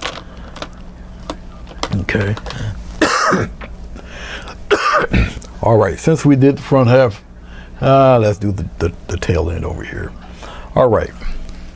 Once again, we're going back into our blue. We'll put it right here. Slight touch of brown in that blue, just like this. All right. And then we're going to get some white. and pop it in there, just like so. Remember, white is the final highlight, okay? All of this is just under shadow and all of that good stuff. All right, so just keep that in mind. Okay, and here we go. Right about here, we'll just kind of, I'll mess with the bright spots. You got one right here. And as I'm doing it, it gets more and more narrow, more and more narrow, more and more narrow, more and more narrow, just like that. So what I'm doing is I'm painting opposite. I'm doing the bright and keeping that dark bluish gray thing dark. I'm just doing the underneath highlights. That's all. So I'm playing with the lit stuff here. Okay, now once again, photo reference. Where am I at here? Okay, light here, half shadow here, and then it's got this funky kind of weird shape right here. It's lit here, right? Then it curves like in, like at that weird funky point like that. All right, okay. I'm not gonna do every single feather, but pretty much where it, where my eyes are kind of geared toward, that's where I'm aiming all of this. Okay, the tail end of the bird right up in here, it's got that funky bright light thick here, but then it just narrows out like that. Okay, once again, I'm doing the opposite. I'm just doing the lit stuff, just like this, just like so. All right, we're gonna get a little bit of this color, a dab of brown, just to darken it. Now, brown and blue also makes great dark clouds covers, all right, or the underneath of clouds and stuff like that. Okay, all right, where his talons are back there, okay, up in here, just like that. But he's got this triangular thing going on right in here, that shadow there, and then it comes up toward that way, but it kind of points out here. And it's fair. Now I gotta be careful. It's fairly, yeah, like a point there. Where am I? Okay, that's cool. Right there, just like that. All right. Okay. Just rinsing off the brush real quick. I'm going back into my bluish white blue mix here. Okay, there's no white there. It got hard. I mean there. All right. It dries up ridiculously fast. I'm going back into my white bluish stuff here, and then we're gonna get some right in here. Now this is just so weird to me because of the way my light's covered, so it looks brown, and I know it's not, but it just looks that way. Okay, just like that. And it's got this shadow thing happening, so I'm getting some gray. I got white on my brush. All right, but he does have a strong shadow underneath his, right in here. It's got that shadow working there. And this is just that watered down black. I have white on my brush, but it's watered down right up in here. Very gentle, right up in there. It's all got that little shady thing going right up in here. Okay. And actually, it's funny, you look at your palette and you think, no, it's too light, oh, it's too dark, until you put it on the painting. Then you're like, oh man, it's not enough. So your eyes can fool you big time. Right up in here, get it pretty dark there. Up in here like that a little bit. And I'll fade that out, just like that. All right. Okie and dokie. All right, let's leave that be. Hello, Ima, how are you? Take care, thank you for watching.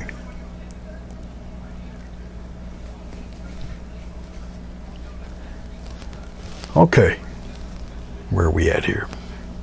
So we've got front end of bird. Slowly but surely the back end of this bird, I think I'm gonna go now total white. Because once I finish off the back end of the bird, we're gonna do the rest of the body and the wings and all that good stuff. All right, we got a shadow there, so we're gonna just all white, nothing but white. Brighten it up right up in here. Excuse me.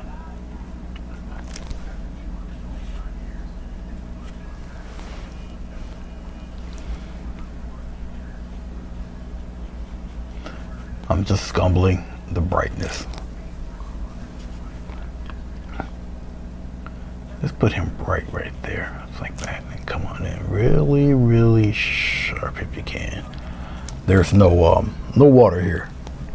Just all paint. Right here, where the light catches that, the rear part of his tail is on the far side, just like this. Got one right in here. Just like that. And then that's about it, really.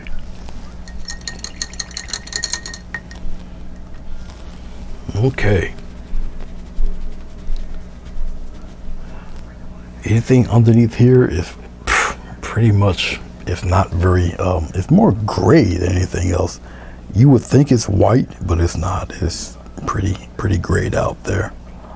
It will appear like a an off-white. Okay.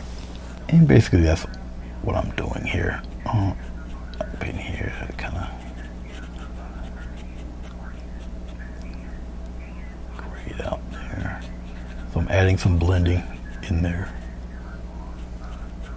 So we're still working with values and all that fun stuff. All right, and that's really about it.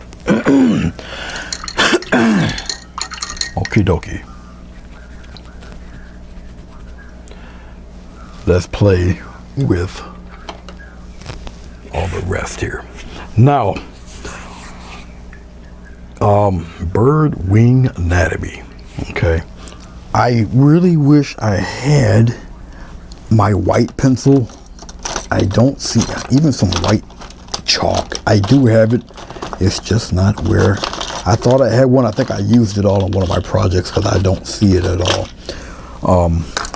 Okay, so, and I know this lead pencil because lead is pretty much the same color as what we got going on here. All right, there's a little bend here. Okay, in that bend, you got, oh, you guys can't see that. That's a joke. Hold on. In order to show you guys what's going to happen here, what's going on. Let's break out the script liner here. Script liner and a lot of water. So we'll do it this way. Let's get a lot of water going here. Because it's just going to be more of a loose sketch. Now, don't worry about the white. It will be covered up anyway. But I'll try to get something here going so you guys can see what I'm talking about. All right, the eagle's wings are broken into shapes. All right, where the bone is and all of the thicker flying feathers. Okay, what's gonna power this guy is right up around here, like so. So hopefully you guys can somewhat see this. So as I'm looking at the references, it's like that, and then it goes triangular out this way, comes back in here. All right, but it's fairly deep, fairly dark, but it's right there. All right, his second batch, he has another one. All right, slowly, just before this, all right, it's here, like that, and but it kind of flares out like that. It is a whole lot of that going on. All right, a whole lot of it. Now I'm gonna do clever little brush strokes that help you see what's happening there with all of that, and then it kind of curves in with the other one. All right, so you got the one, then you got the two, then you have these fellas. Each and every one goes into these. All right, and then the rest kind of curve into that guy. So I hope I didn't lose you with the inside of this wing. Okay, now of course they got their own patterns in here, but we're gonna work right through that too. Okay, it's got these patterns. All right, and then each kind of brush stroke, specialized stroke, it's got its own thing going on in here. All right, which is the reason once again why he's colored the way he's colored. So your underpainting for all of that is already straight. Okay. Is there anybody else in here? Anybody talking? Nobody's talking to me. Let's see. Nope, nobody's saying anything. You guys are just gonna make me talk through the whole thing, huh? All right. So let's get rid of. We're done here. We're done here. We've established this, so I don't need any more of this. I think this has gotten. Yes, it did. Oh, Lori's on. Okay. All right.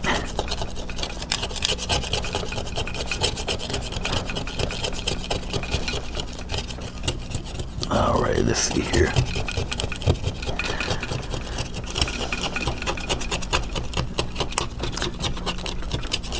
Clean that red off. Looks like I might have to invest with a mini vacuum cleaner. Oh, I'm done with the head. Let me see. I think that eye is all right. Sometimes I tend to forget, but I think I did the eye already. Okay. But as you see, when I do animals, especially one that's kind of detailed and stuff, it takes a bit of time to do. So, all right, all that dry paint I don't want on the floor, I just vacuum the floor. So my garbage can is actually on the other side of me, but this can go in the paint bucket. All right.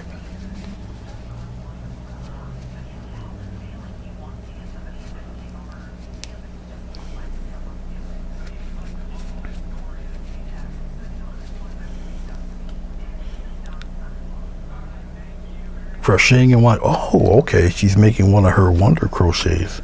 Gotcha. Nice. I don't know, man. Them babies are a little too real looking for me. Okay. Man, those babies are real looking. I think it would freak my dog out. Poor guy wouldn't know what to do because the baby, you put him whatever pose, but you know the baby is just like posed there. I think it would freak the poor guy out. Let us get to having a little fun with all of this. Okay. Oh, let's get more of what I thought I would have enough of. And that is, what is this? Umber or sienna? This is burnt umber. Okay. Burnt umber is brown with more green in it. Any sienna brown is a brown with more red in it. Yes. Actually, I'm gonna take a break, guys, because I'm like, you know, been at this for what? It's going on 2 hours. Break time. Oh man, where's my coffee? I don't got no coffee. I drank my coffee up. Oh, who's this? I heard a buzz. Let's see what we got here. No. This is Lori's Crochet Corner. Okay. Oh no, what am I doing? What did I just do? Oh, nice. What is that? Yeah, that's pretty cool, Bruce. Is that the cam, Bruce? What is that? I gotta blow that up here. Let me see what the heck is. Wow, that's nice. Huh. Okay.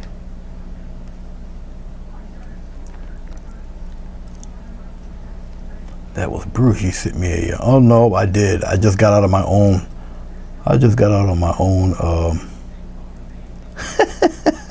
This is hilarious.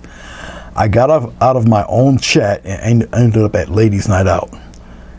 Let's go back to my chat here. My show. Now that was funny. That was hilarious. Mini vacuum. Ah, okay. Yes, you did send me a message. Kind of shocked me there. I'm like, what the heck?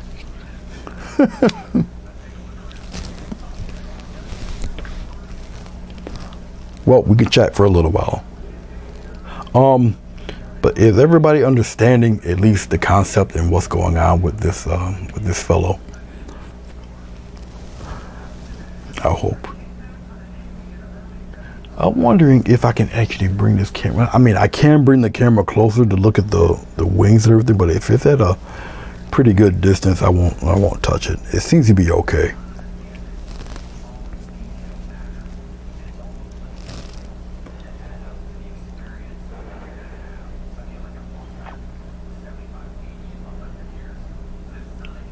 Oh, that's nice.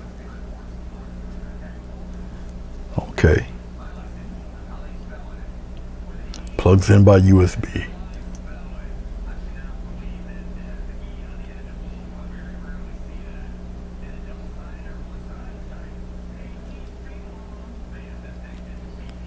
Well, she was here.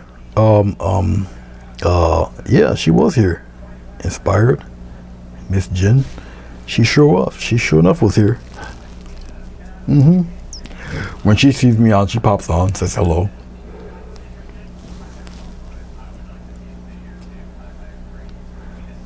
Oh, okay, cool. Thank you, Bruce.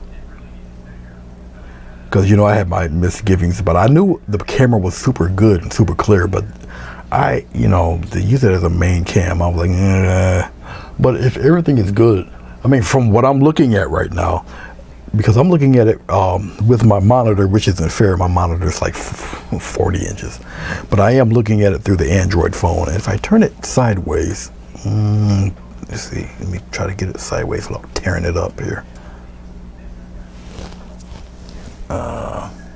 Which way do I have to turn you sideways correctly? No, it's angled weird. Okay, well, that's good enough. All right, and it does look fairly decent. Okay. Oh Lord, she done called dibs.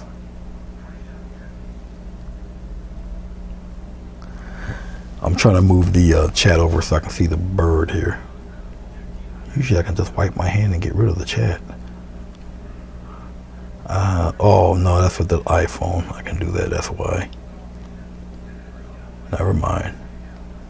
Oh yeah, she does stop in. I can just get rid of the chat like that there. Because I can see what you guys are saying with the upper screen. Alright, no, it looks fine, alright. So I'm looking at it with the cell phone like most people may look at it with the cell phone there. Okay, that's cool. No, alright, it looks pretty decent. That's cool. The shadows are there and it is white. Not that funky looking brown that I thought it was. Okay. Nope, that's all good. Alright. Cool. I'm gonna bring it back to there. Alright, nope, it's all good then. Awesome.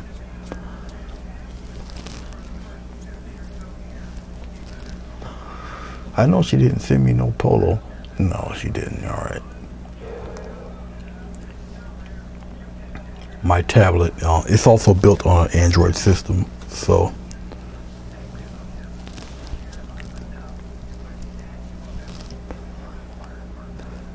I forget that I drink my coffee up. Darn it! And I really don't want to detach myself to get another cup. And I had just made a fresh batch too. The horror! Oh, the horror! All right. I'm contorting myself, putting my phone wires, because my phone's fully charged, so I don't need to do anything with it. All right, there. Okay, the dokie. All right.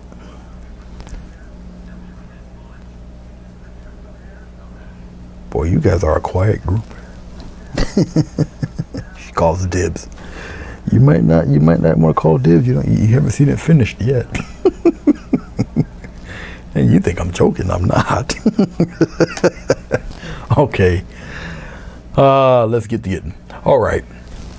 We'll start with the first batch here. Now, it does have some of the light brown in it, but not entirely too much. Now, I'm going to do this painting much like I would do petals on a flower. You got me? All right. So I do have what is this guy? Size 10. Don't know if it is a square regular square tip brush there. A little rounded. I think it's just full of yeah, you guys can see it from here. It's just full of hairs there. All right. Okay. And what I'm going to do essentially, I'll just wipe off my brush here. It's just got water on it. Is I'll probably get this pretty solid here. All right. But then I will do almost like little petal strokes. I should not use this. No, I won't use this. There's a reason why I'm not going to use this too. I'll let you know. It's the shape. I don't want square feathers. You need rounded feathers. So the filbert will work. Okay. I do have a smaller filbert. I might not, well, we'll see. I might not use this one. We'll see how it goes. All right, getting a little water here on my brush and getting some into the umber here. All right, okay. Like I said, the feathers underneath this fella are fairly dark. All right, everything just about under this guy is pretty dark. Okay. All right, so just for this part here, right in here, now I'm just using water, no glycerin. I'll just kind of block him in, right all up in here. Block him in. Just like this. Now you're just getting a representation of the creature's feathers there, all right? Right up in here, just like that. And leave it be, just like that, all right? Okay. And then I'll just start patting in feathers. Now with the rounded tip, it's gonna pretty much do the work for me. Press and just put it in there, just like so. But you see how it's gonna look, okay? Just like that. Now I'm gonna use water instead of glycerin to loosen up the paint. This is pretty much the monotonous part, but you know what? It's all good. It's gonna show you guys how you pretty much get this done. Actually, let's do it this way.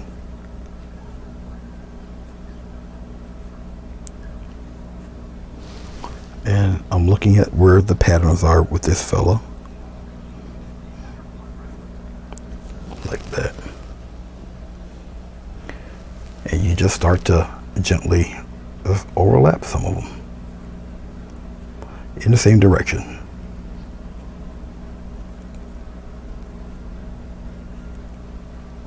And I'm turning it in as I'm doing this. Like I said, I'm pretty much used to how these kind of go. It's fairly dark under here, so it's not much of the light colors you would think. Okay. I'm going to get some more. I'm just going to coat both sides of the brush. Get a little bit of water there. Okay, dokie. Like I say, a lot of it's just a lot of repeating process. I'm gonna get a slight touch of white, a very slight touch, just like that.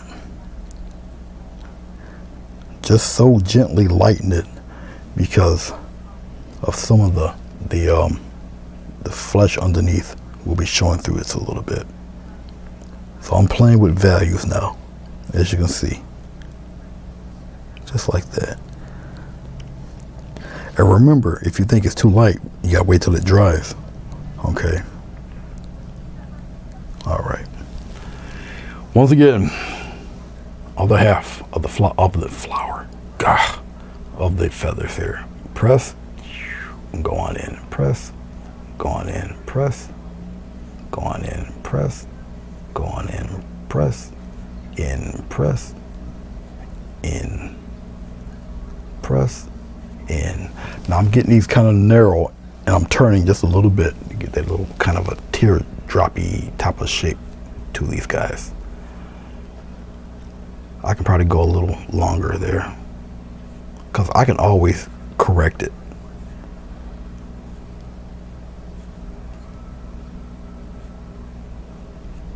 And then kind of curves inward.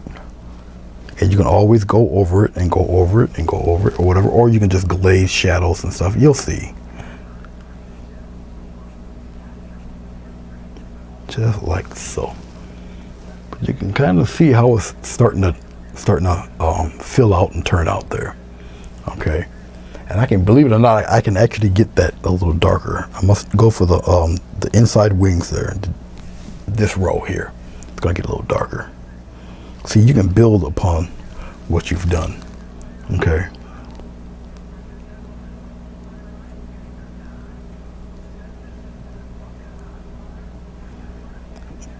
And you keep layering until you get the darkness you're looking for. Just keep layering. I don't want to pull this wire, it's behind. I hope I'm all right there. I hope I didn't move it too much. Did I move it too much? No. All right.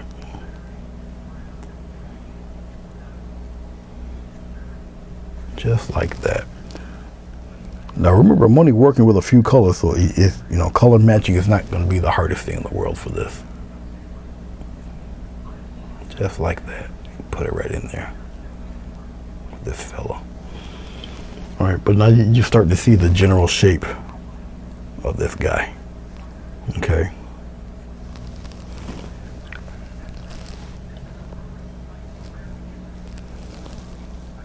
I'm still staring at it, still checking it out, still looking at it.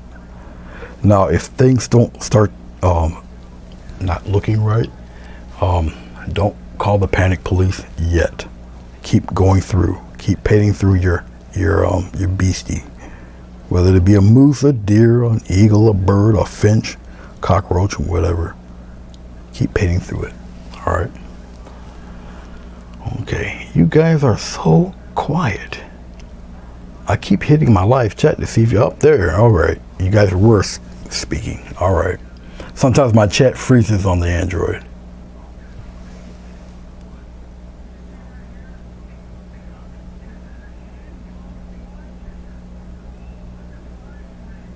You can see all the marks on the mountain. Marks on the mountain. You lost me on that one, Bruce. Oh, is it like a Van Dyke brown color? Yeah. Yeah, it's deep brown like that. Yeah. Okay.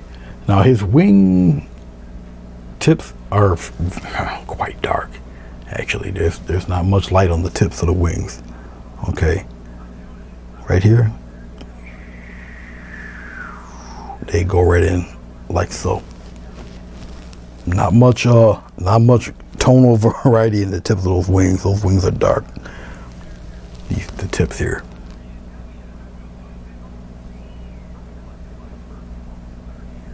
Just like so. And they go right in. And I'm looking as I'm doing this.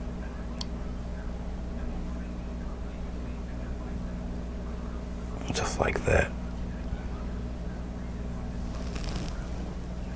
There's a little bit of, well, I'll show you. Because there's some light brownish that goes in here, but we'll do that in reverse. But I'll show you.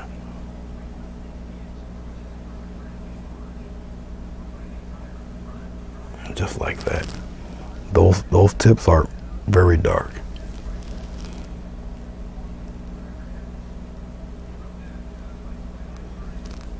Just like so. This guy is something else, I'll tell you. And we're gonna go, what I'm gonna do is I'll do the darkness first. All right, then we're gonna go in reverse, go outward and go, you'll see. So a lot of this will still be around, okay? The smallest amount of water, just loosen it up about the paint just a little bit.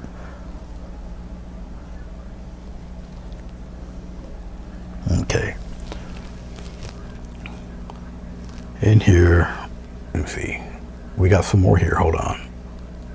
More of a teardrop shape in these fellas.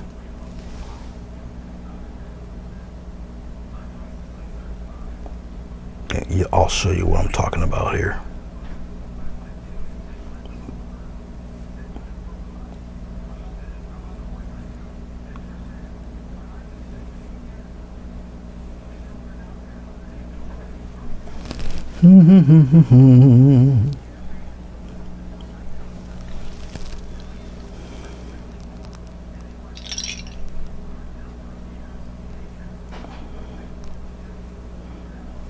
More paint.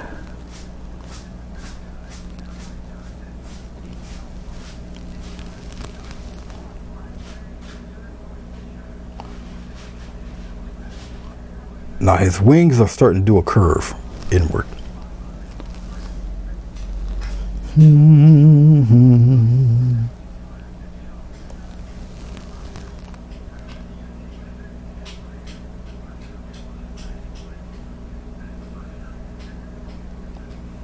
Like that. Okay. Now, for all of this in the inside here, get a little bit of white. put it right here. And we're going to go in reverse. We're going to do it the other way this time. Now I'm wiping off some of the paint off my brush to get those striations going there for it. But you would tackle the wings pretty much like you were doing a flower. Okay.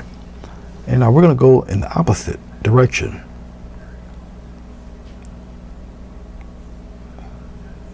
Just like this. See, you can curve the direction because it's a lighter color. See, so you're just doing it in reverse.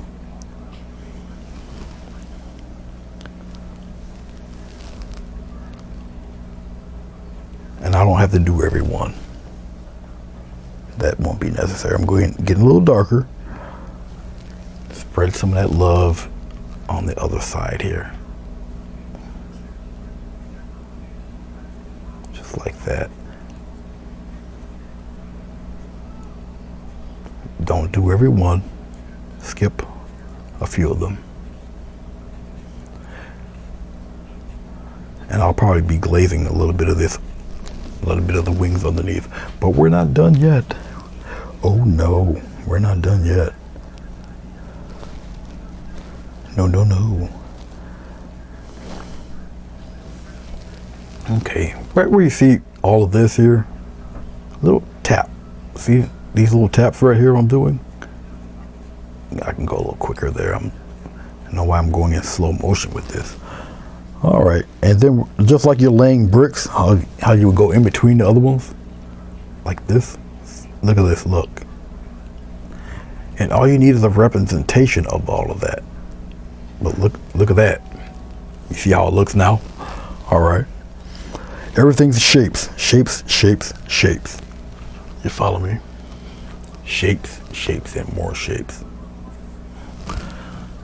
Let's get a little bit of dark. Right on the tip of this is just a white filbert, really.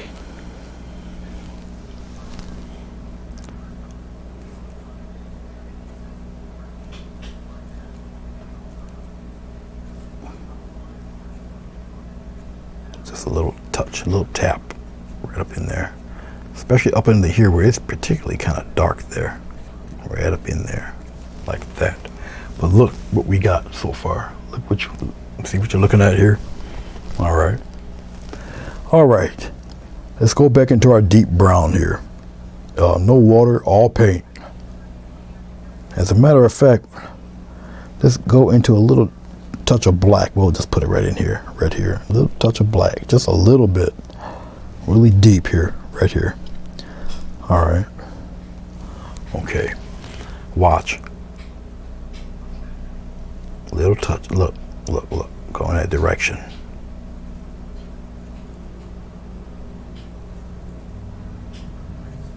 Just like that. Just a little bit.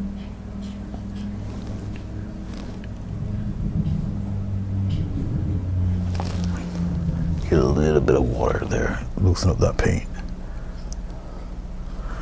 So now you're starting to build up little layers and such.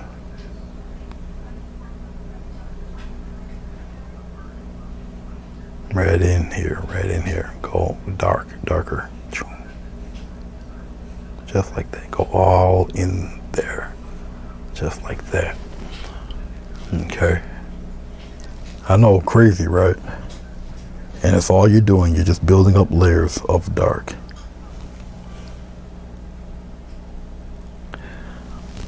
Oh, Jen, don't do that. Jen, you take a bathroom break, I'll be finished.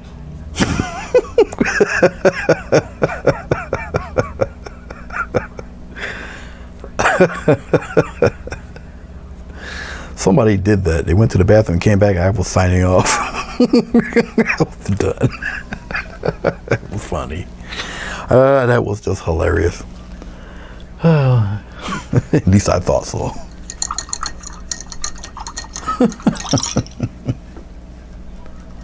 Oh boy. Okay.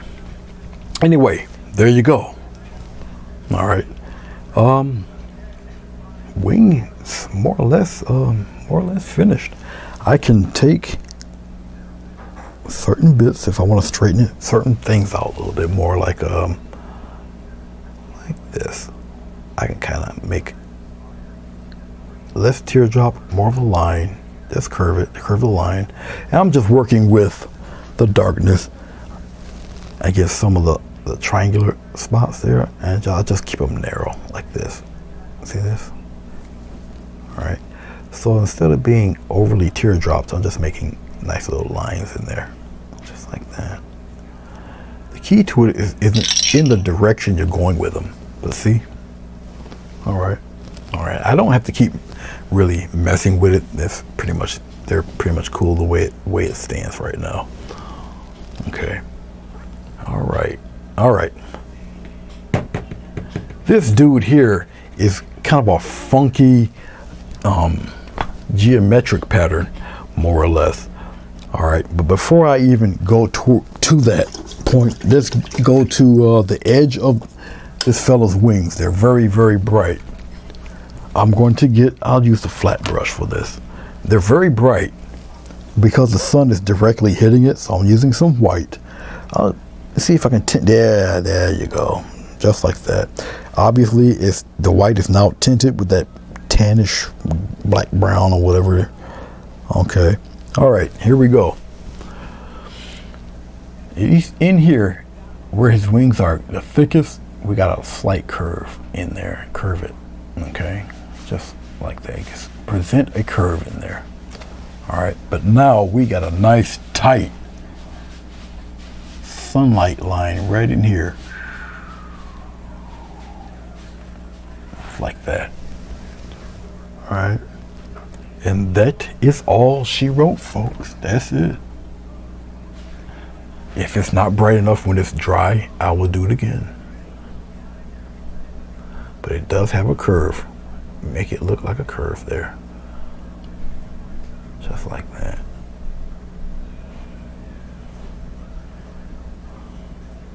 But she does have a curve there.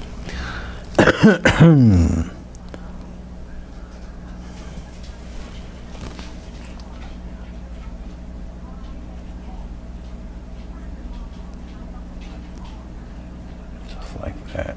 It's got that bright patch right in there like that. Okay. All right. Like I say, if it's not bright enough, I can always go back over it with a little bit of titanium white into that little brown part there, where it's just brighter.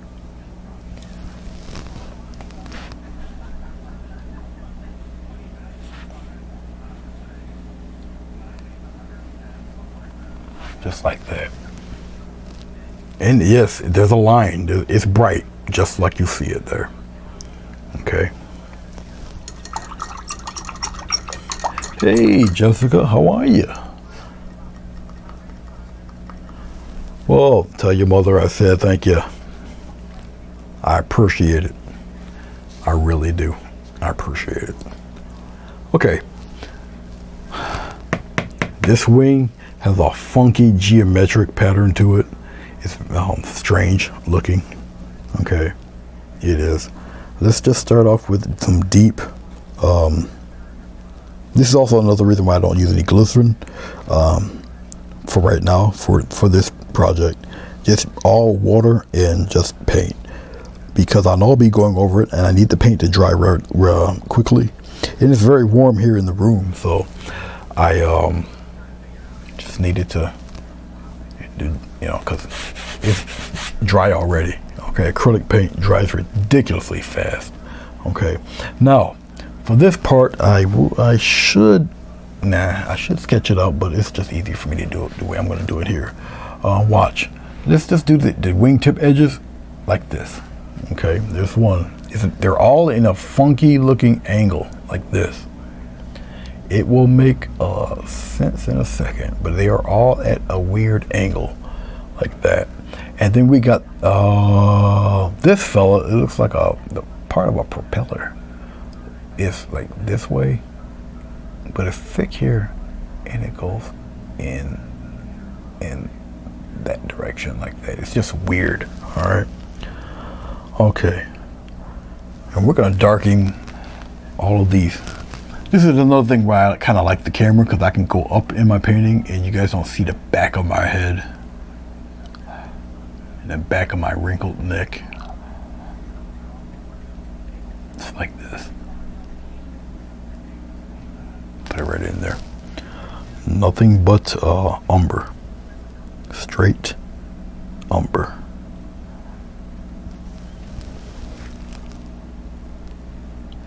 And yes, even though the tips are dark brown right now, they will be slightly, somewhat highlighted, slightly. So there is a little bit of sunlight coming off these fellas.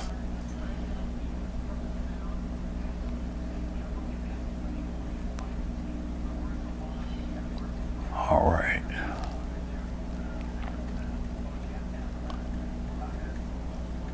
Now you see why I don't do too many animals. It just takes a while. But if I am called upon to do one. Now, you know, I got this Tyrannosaurus Rex to finish. I really need to finish that thing. It was sitting here and sitting here and sitting here.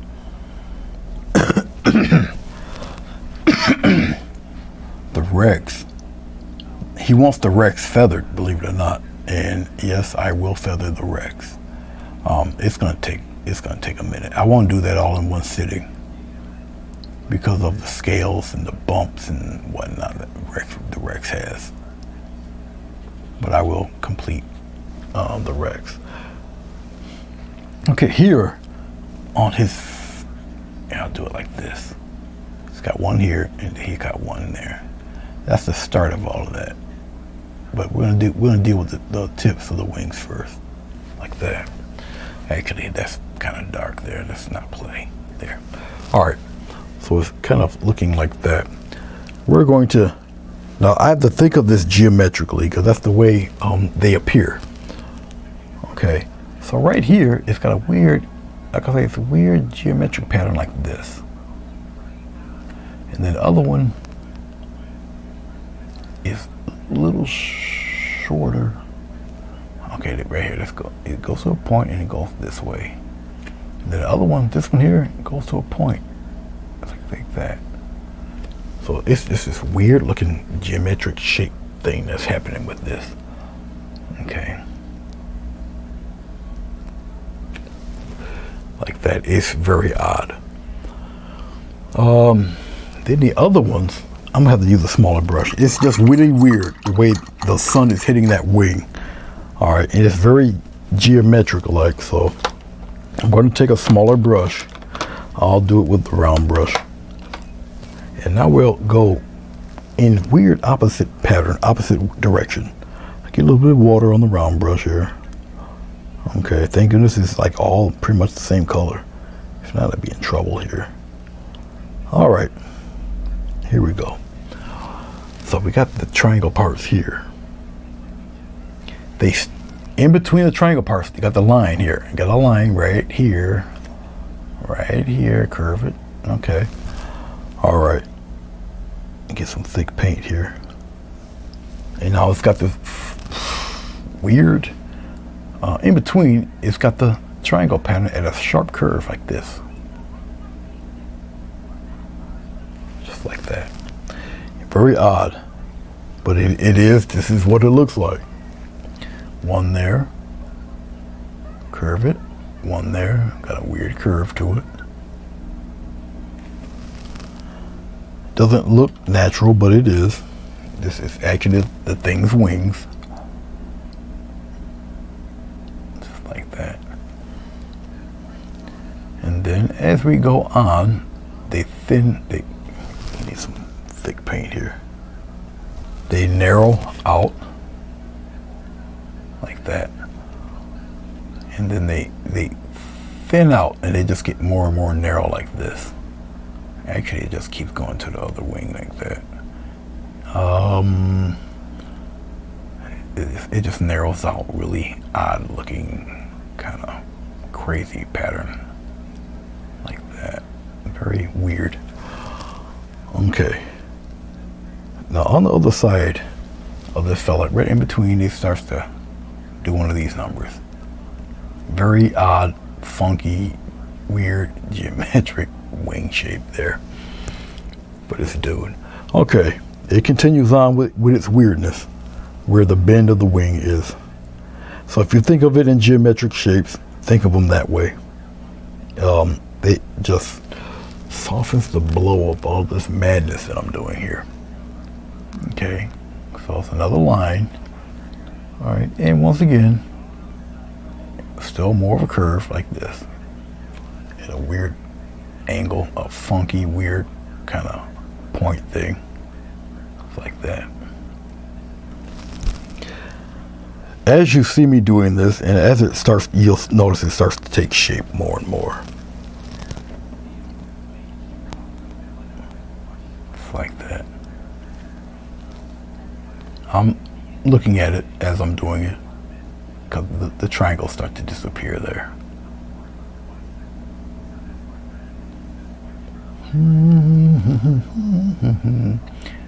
Alright, and we kind of get the little feather shapes in there like that.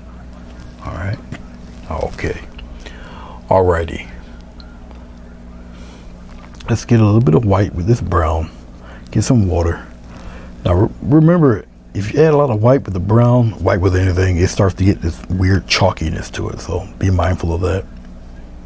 Okay. Alright. Let's take this. Is it brighter?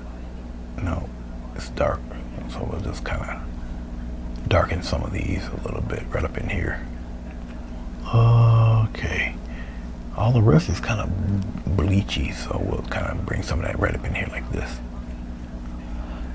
Not covering too much of the triangles. It's like this.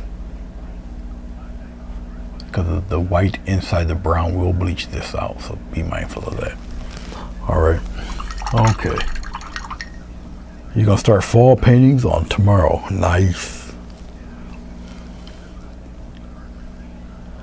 Well, when you start your fall paintings, make sure you fall only on the first step.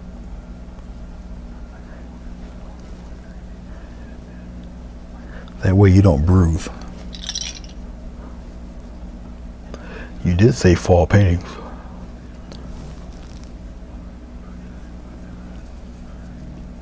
Let's take some white along with some brown. Not totally white. You got to tint the white with the brown, the tan. Okay. And then right here, right in here, get a little thick, and then you kind of feather it like that. And then we're going to come here, a little thick, just like that. Especially, it's on the wing's tip edge here. Gets a little bright there. Remember, the sun is directly hitting that. All up in here, pretty bright. You soften it up with your finger a little bit there, but I'm gonna just intensify that brightness there. Not with white, but just lighter tan. All right. So more white. I'm moving my paint over. It's got tan on the brush.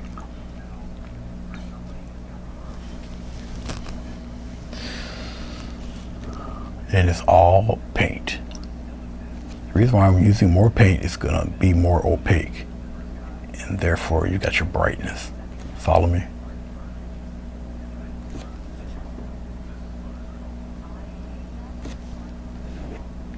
I'll just fade it with my finger there.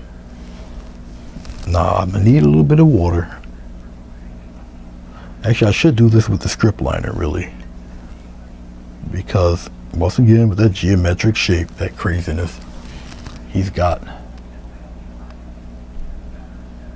brightness right here, brightness right here.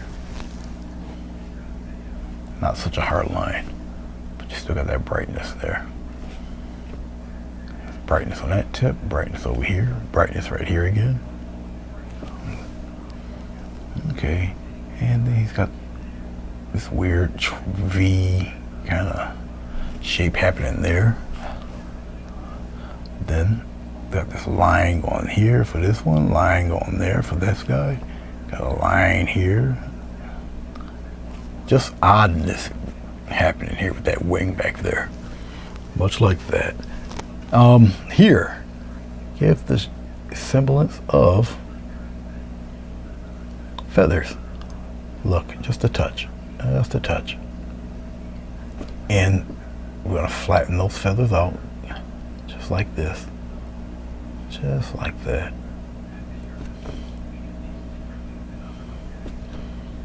And it's crazy the details that you would find in these guys. So you work large, you go smaller. Follow me? Okay, let's go with some more of this really bright. We're like, I don't know, about 90% almost done with this guy. Just gotta go do his underneath and then call it a day. Right in here. There's some right up in here. The sun catches it in odd places, just like this. Okay. This one here barely has any like that. But we're gonna use a little bit of artistic license so you see what other wingtip is there. All right. Okay. Yes, sir, Bob. All right.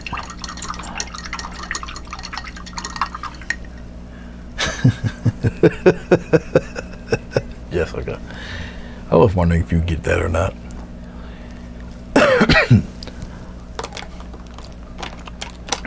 All right. Once again, much like the wing here, we're gonna go underneath this fella. Okay. Actually, before I do that, let's play with his leg. Let's bring back the round brush. We got some ochre here. Let's go over here. Let's play right in here. All right. Oh no, I was gonna go black, but let's go brown. Let's go with the deep here, because his foot is in shadow. All right. There we go. Something like that. Now, I'll start with this, and we can lighten it up. This is acrylic, so you can put light over dark. So, okay. Okay. All right. Actually, let's just color the whole thing like that. And his foot does come into a curl. It makes you just see really the back part of his leg, and then you'll see the individual toes. I think there's only 2 toes showing on this guy.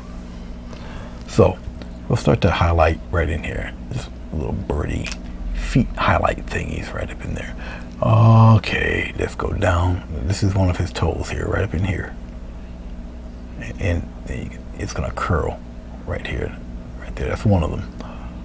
The other one's got a little bit of shading red on the outside. It comes around, comes around, comes around. It gets a little, just like that. Okay. All right, we'll leave that be. But watch this. I would hate to be grabbed by one of these. I've never noticed it really until this picture, but man, do these things got some ratchet feet. Them toes, man. Those toes are scary. Go and get a script liner, get some black here. Good Lord, watch this. Look, look. It freaking curves, man. They're like that. What the heck? Freaking death dealer bird, man. It's crazy.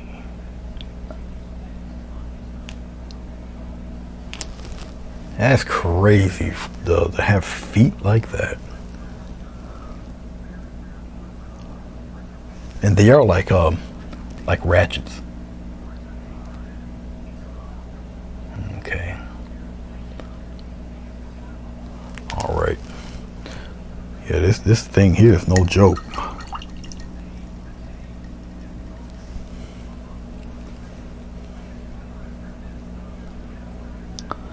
Oh, you can see me putting a trout.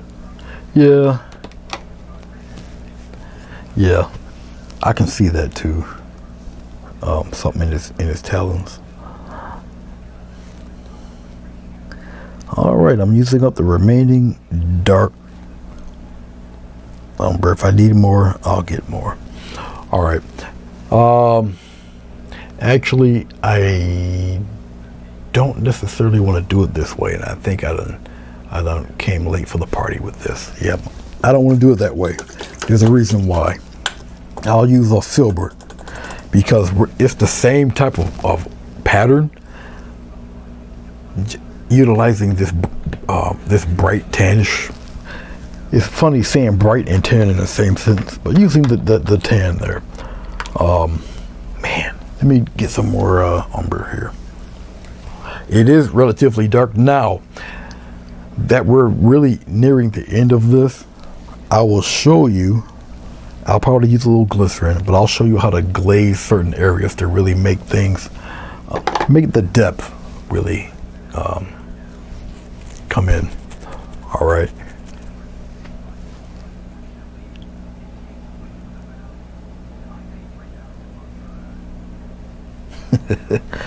I'm not scared of spiders though. And I fixed my chair just because it doesn't I'm gonna need more of a filbert brush than this one here. I'm gonna need let's see, do I have one? I know I have one. Let me open up to my little, you know, I really should just go buy a bunch of filberts. So pardon my head, I have to go into my floral brushes here. I believe I got a nice filbert in this guy. I do have a filbert, but it's not wide enough. That's, well, I will make do with it though. I don't have nothing else, believe it or not. I mean, I probably do have a filbert, but it's probably in a bag somewhere. All right, let's get to this. We'll do it this way. Creative license time, sorry. Small filbert, but it's okay. It'll do the trick. All right, here we go. Oh man, the tough part is that I'm left-handed. All right, anyway, it's got these, here, I'll do it this way. Get a little touch like that, all right? Do another one. And you're gonna do, well, actually make them a little elongated. I might have to do it with my other hand. Well, we'll see how this works out. Nah. Oh, let's see. I have to do it upside down. Like that. I'll just keep doing it this way. And I'll do it sideways. Yeah, that's it. That's it, sideways. Just like that, sideways. In between the other. Have it come this way, like this. Then we do it this way. Like that. Get some more brown. And we're gonna go this way. Put them in there like that. And we go this way with it. So I'll do it this way first. Just like that.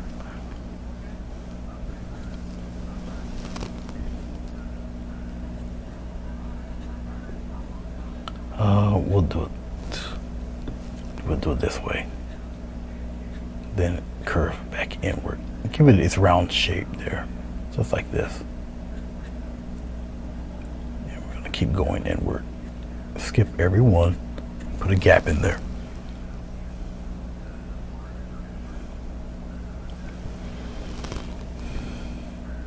So I'm going per side. Out more, then back in, like that. So I'm using the filbert, but I'm using the side of the filbert. It still gives me that teardrop shape. I'm using the light color that I've preceded that give me those lines. Just like that. And I'm just following the path because it is a rounded. Get them a little longer there.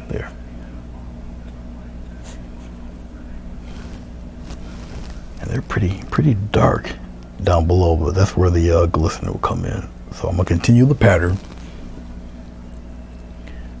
Continue the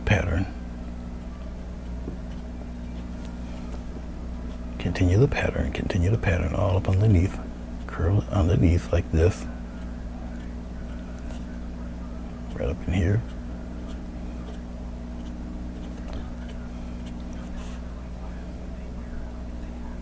Get some of those dark spots out of there, just a little. Because I want this to dry, so when I glaze this, when I glaze, I'm gonna use the when I glaze it in here, I'm gonna use the kind of the Donald Dewberry method there. But you'll see, it'll make sense in a second. All these little patterns in there.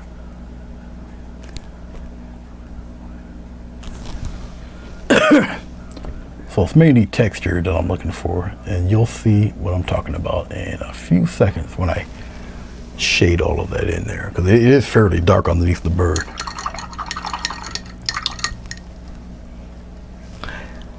Yeah, I was going to, Bruce. Definitely was.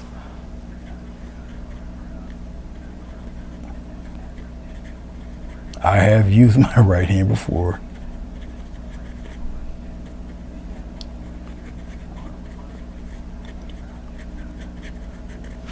Just like so.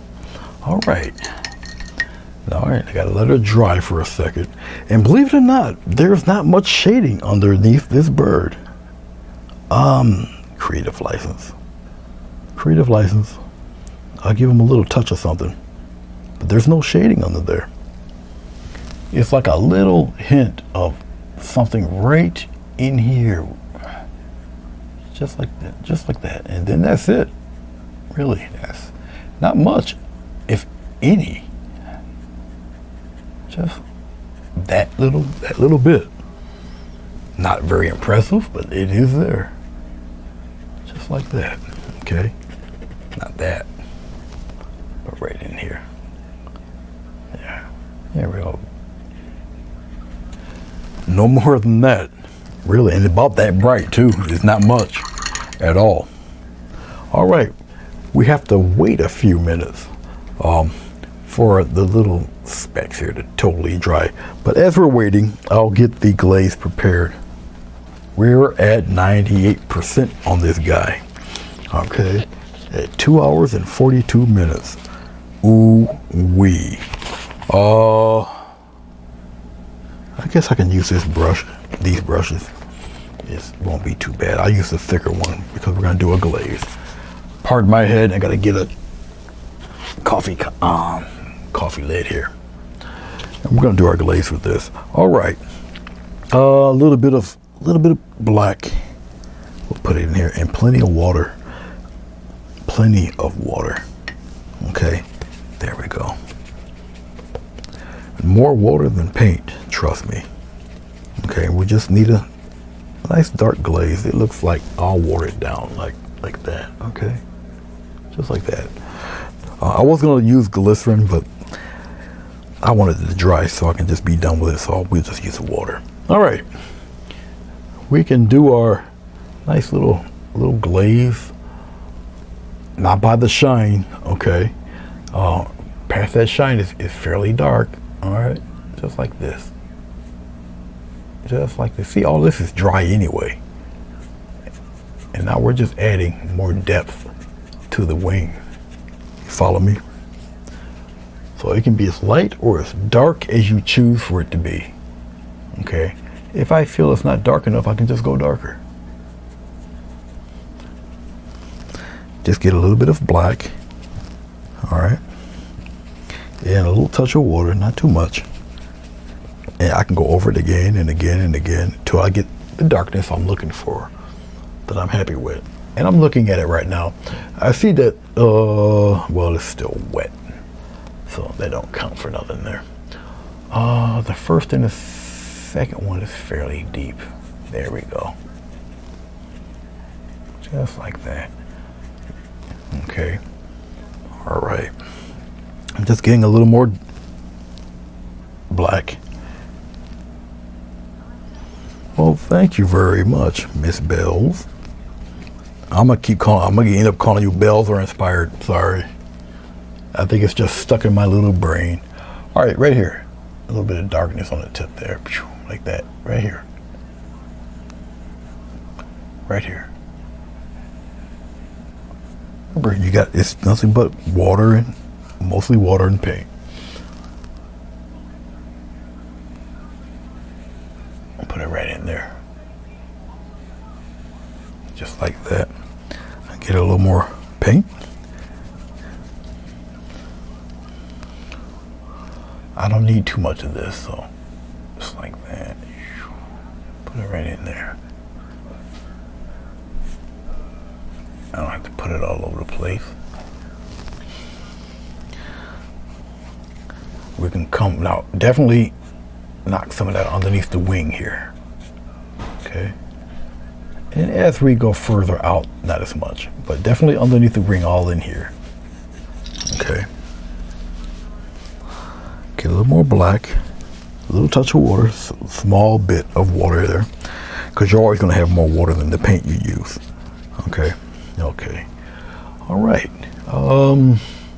Like under here, stroke some under the darkness right up under there like this. Just a little bit. Get some more up underneath his little belly there, like that.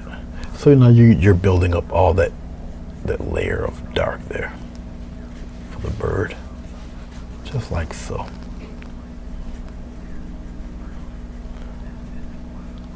There we go. And you can keep building and building under here a little bit. Don't necessarily need such a hard cast shadow there. So a thumb will take care of that. All right. Okay. I'm looking at it as I'm doing it. I'm looking at it from the other screen here. So if I need something covered up a little bit more, I can just cover it a little bit more. But it's a gentle buildup of the covering. You follow me? So you're not overdoing it.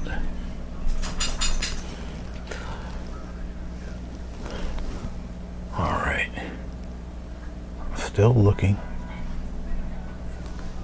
Just some gentle, very gentle shading. Not too much. And I can always use, as you can see, I can use my, actually we need a little light gray here for a minute. Hold on. Right here. We're gonna show that off a little bit more. A little bit of white. Up under here. My dog is excited. That's where you heard that disturbing sound. He's rolling around. He's rolling around the couch, making brand new divots in it. I tell you, this dog. But you know what? I wouldn't trade him for nothing in the world. Okay. Whoopie-doo, man. All right, guys. Well, of course, you know I got this thing taped. I got to take the tape off of it. Bill, my brother, how you doing? It's good to see you. Yeah, I don't do animals too much because when I do, it turns into a 3-hour wonder stream. Let me put my name on this. Guys, thank you so much. Jen, you were like here from the beginning. But I do appreciate you.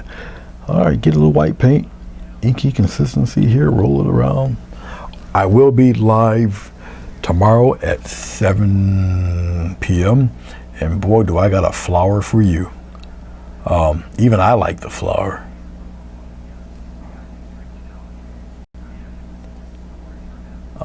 Man, I painted the flower and I like the flower. It's called the, what is that thing called? Oh, I forgot. It's called the, I forgot. Actually, I can find out what it is real quick here. What is that thing called?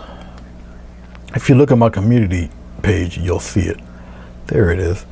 The Deceiver is, yeah, on the 19th. Tomorrow at 7 p.m. Every once in a while, I'll paint a floral that I really do like, and then it end up being sold. I did a floral and I put a big monarch butterfly in it. Man, that didn't last long. That was gone. I like that one too, but it disappeared. It was gone. All right, guys, let's peel the tape off. Let's see what you do. Yes, slap that thumbs up on it, brother, please. I would greatly appreciate it.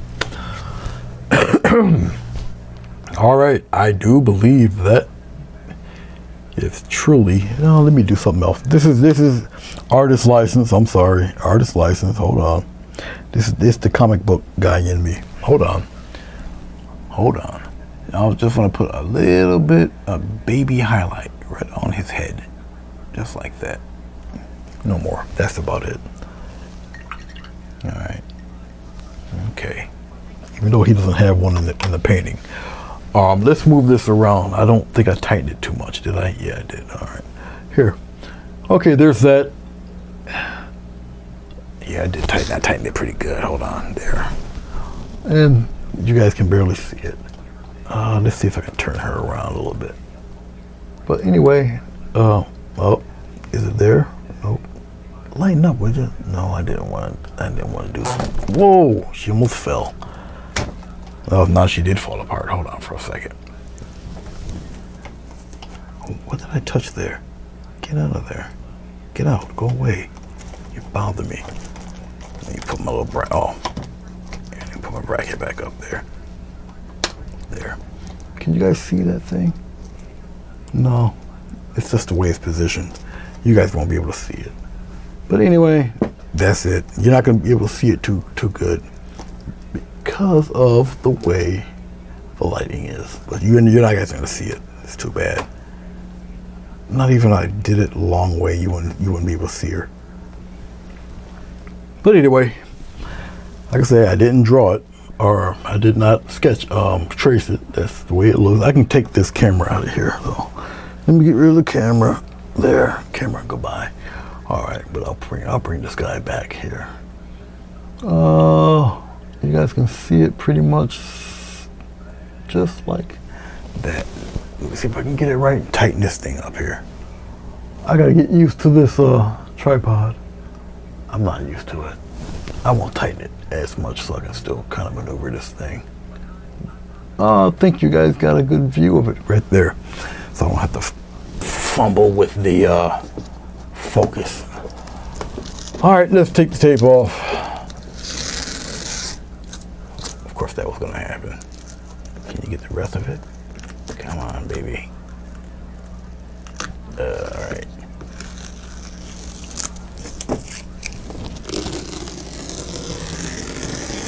You don't necessarily have to add a border. I add a border because that's just me. This is 11 by 17. Oh, this is a little larger than my average fare. Now the painting is totally dry. I can put my hand on it. This acrylic, it's just dry. And of course, it would rip right there, right? Of course it will.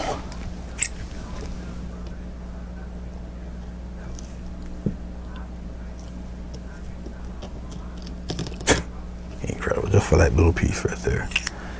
All right, anyway. Okay, that's her. Still crooked looking to me. This is the only downside about this camera. It's just the vantage point of where I have the camera. That's about as good as it's gonna get until I take a picture of it, fellas and fellowettes. There. Almost 3 hours. Oh, okay. Let me close. I don't need to look at this bird anymore. I'll shut that down. Well, thank you, Nell. I appreciate it. Yes, the white one. You're welcome, Bruce.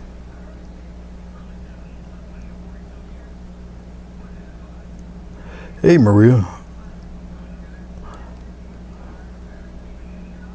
Will what be for sale? The Eagle? Yeah, all of my works are for sale. Sure. Yes. Yeah. Yeah. This one here may cost a little bit. This thing. The sheet's completely dry. I'm gonna just take a picture of it. I'm gonna varnish it, and all that good stuff. Now, a lot of this, if I remove the sheet from that overhead light, this will be washed out, that will be washed out, this will be washed out. It would look crazy. But because of the sheet, the white sheet over the main light, you guys are able to see it the way you see it here. So, so far, I guess so far so good. I still don't like the angle, you know, because I would have to like really push this camera up to like right up around here so you guys can pretty much see it. But you guys are going to see it in its full glory in a few minutes when I take a picture of it and post it online. And I'll post it in the community tab. It's 11 by 17, so you guys might have to click on it or whatever to expand it a bit. Okay. But thank you so much for watching and enduring this rather long live stream. Now you know why I don't do too many animals. Hopefully people will like it, and all that good stuff. So, oh no, this one's worth quite a bit more. yeah. But I will.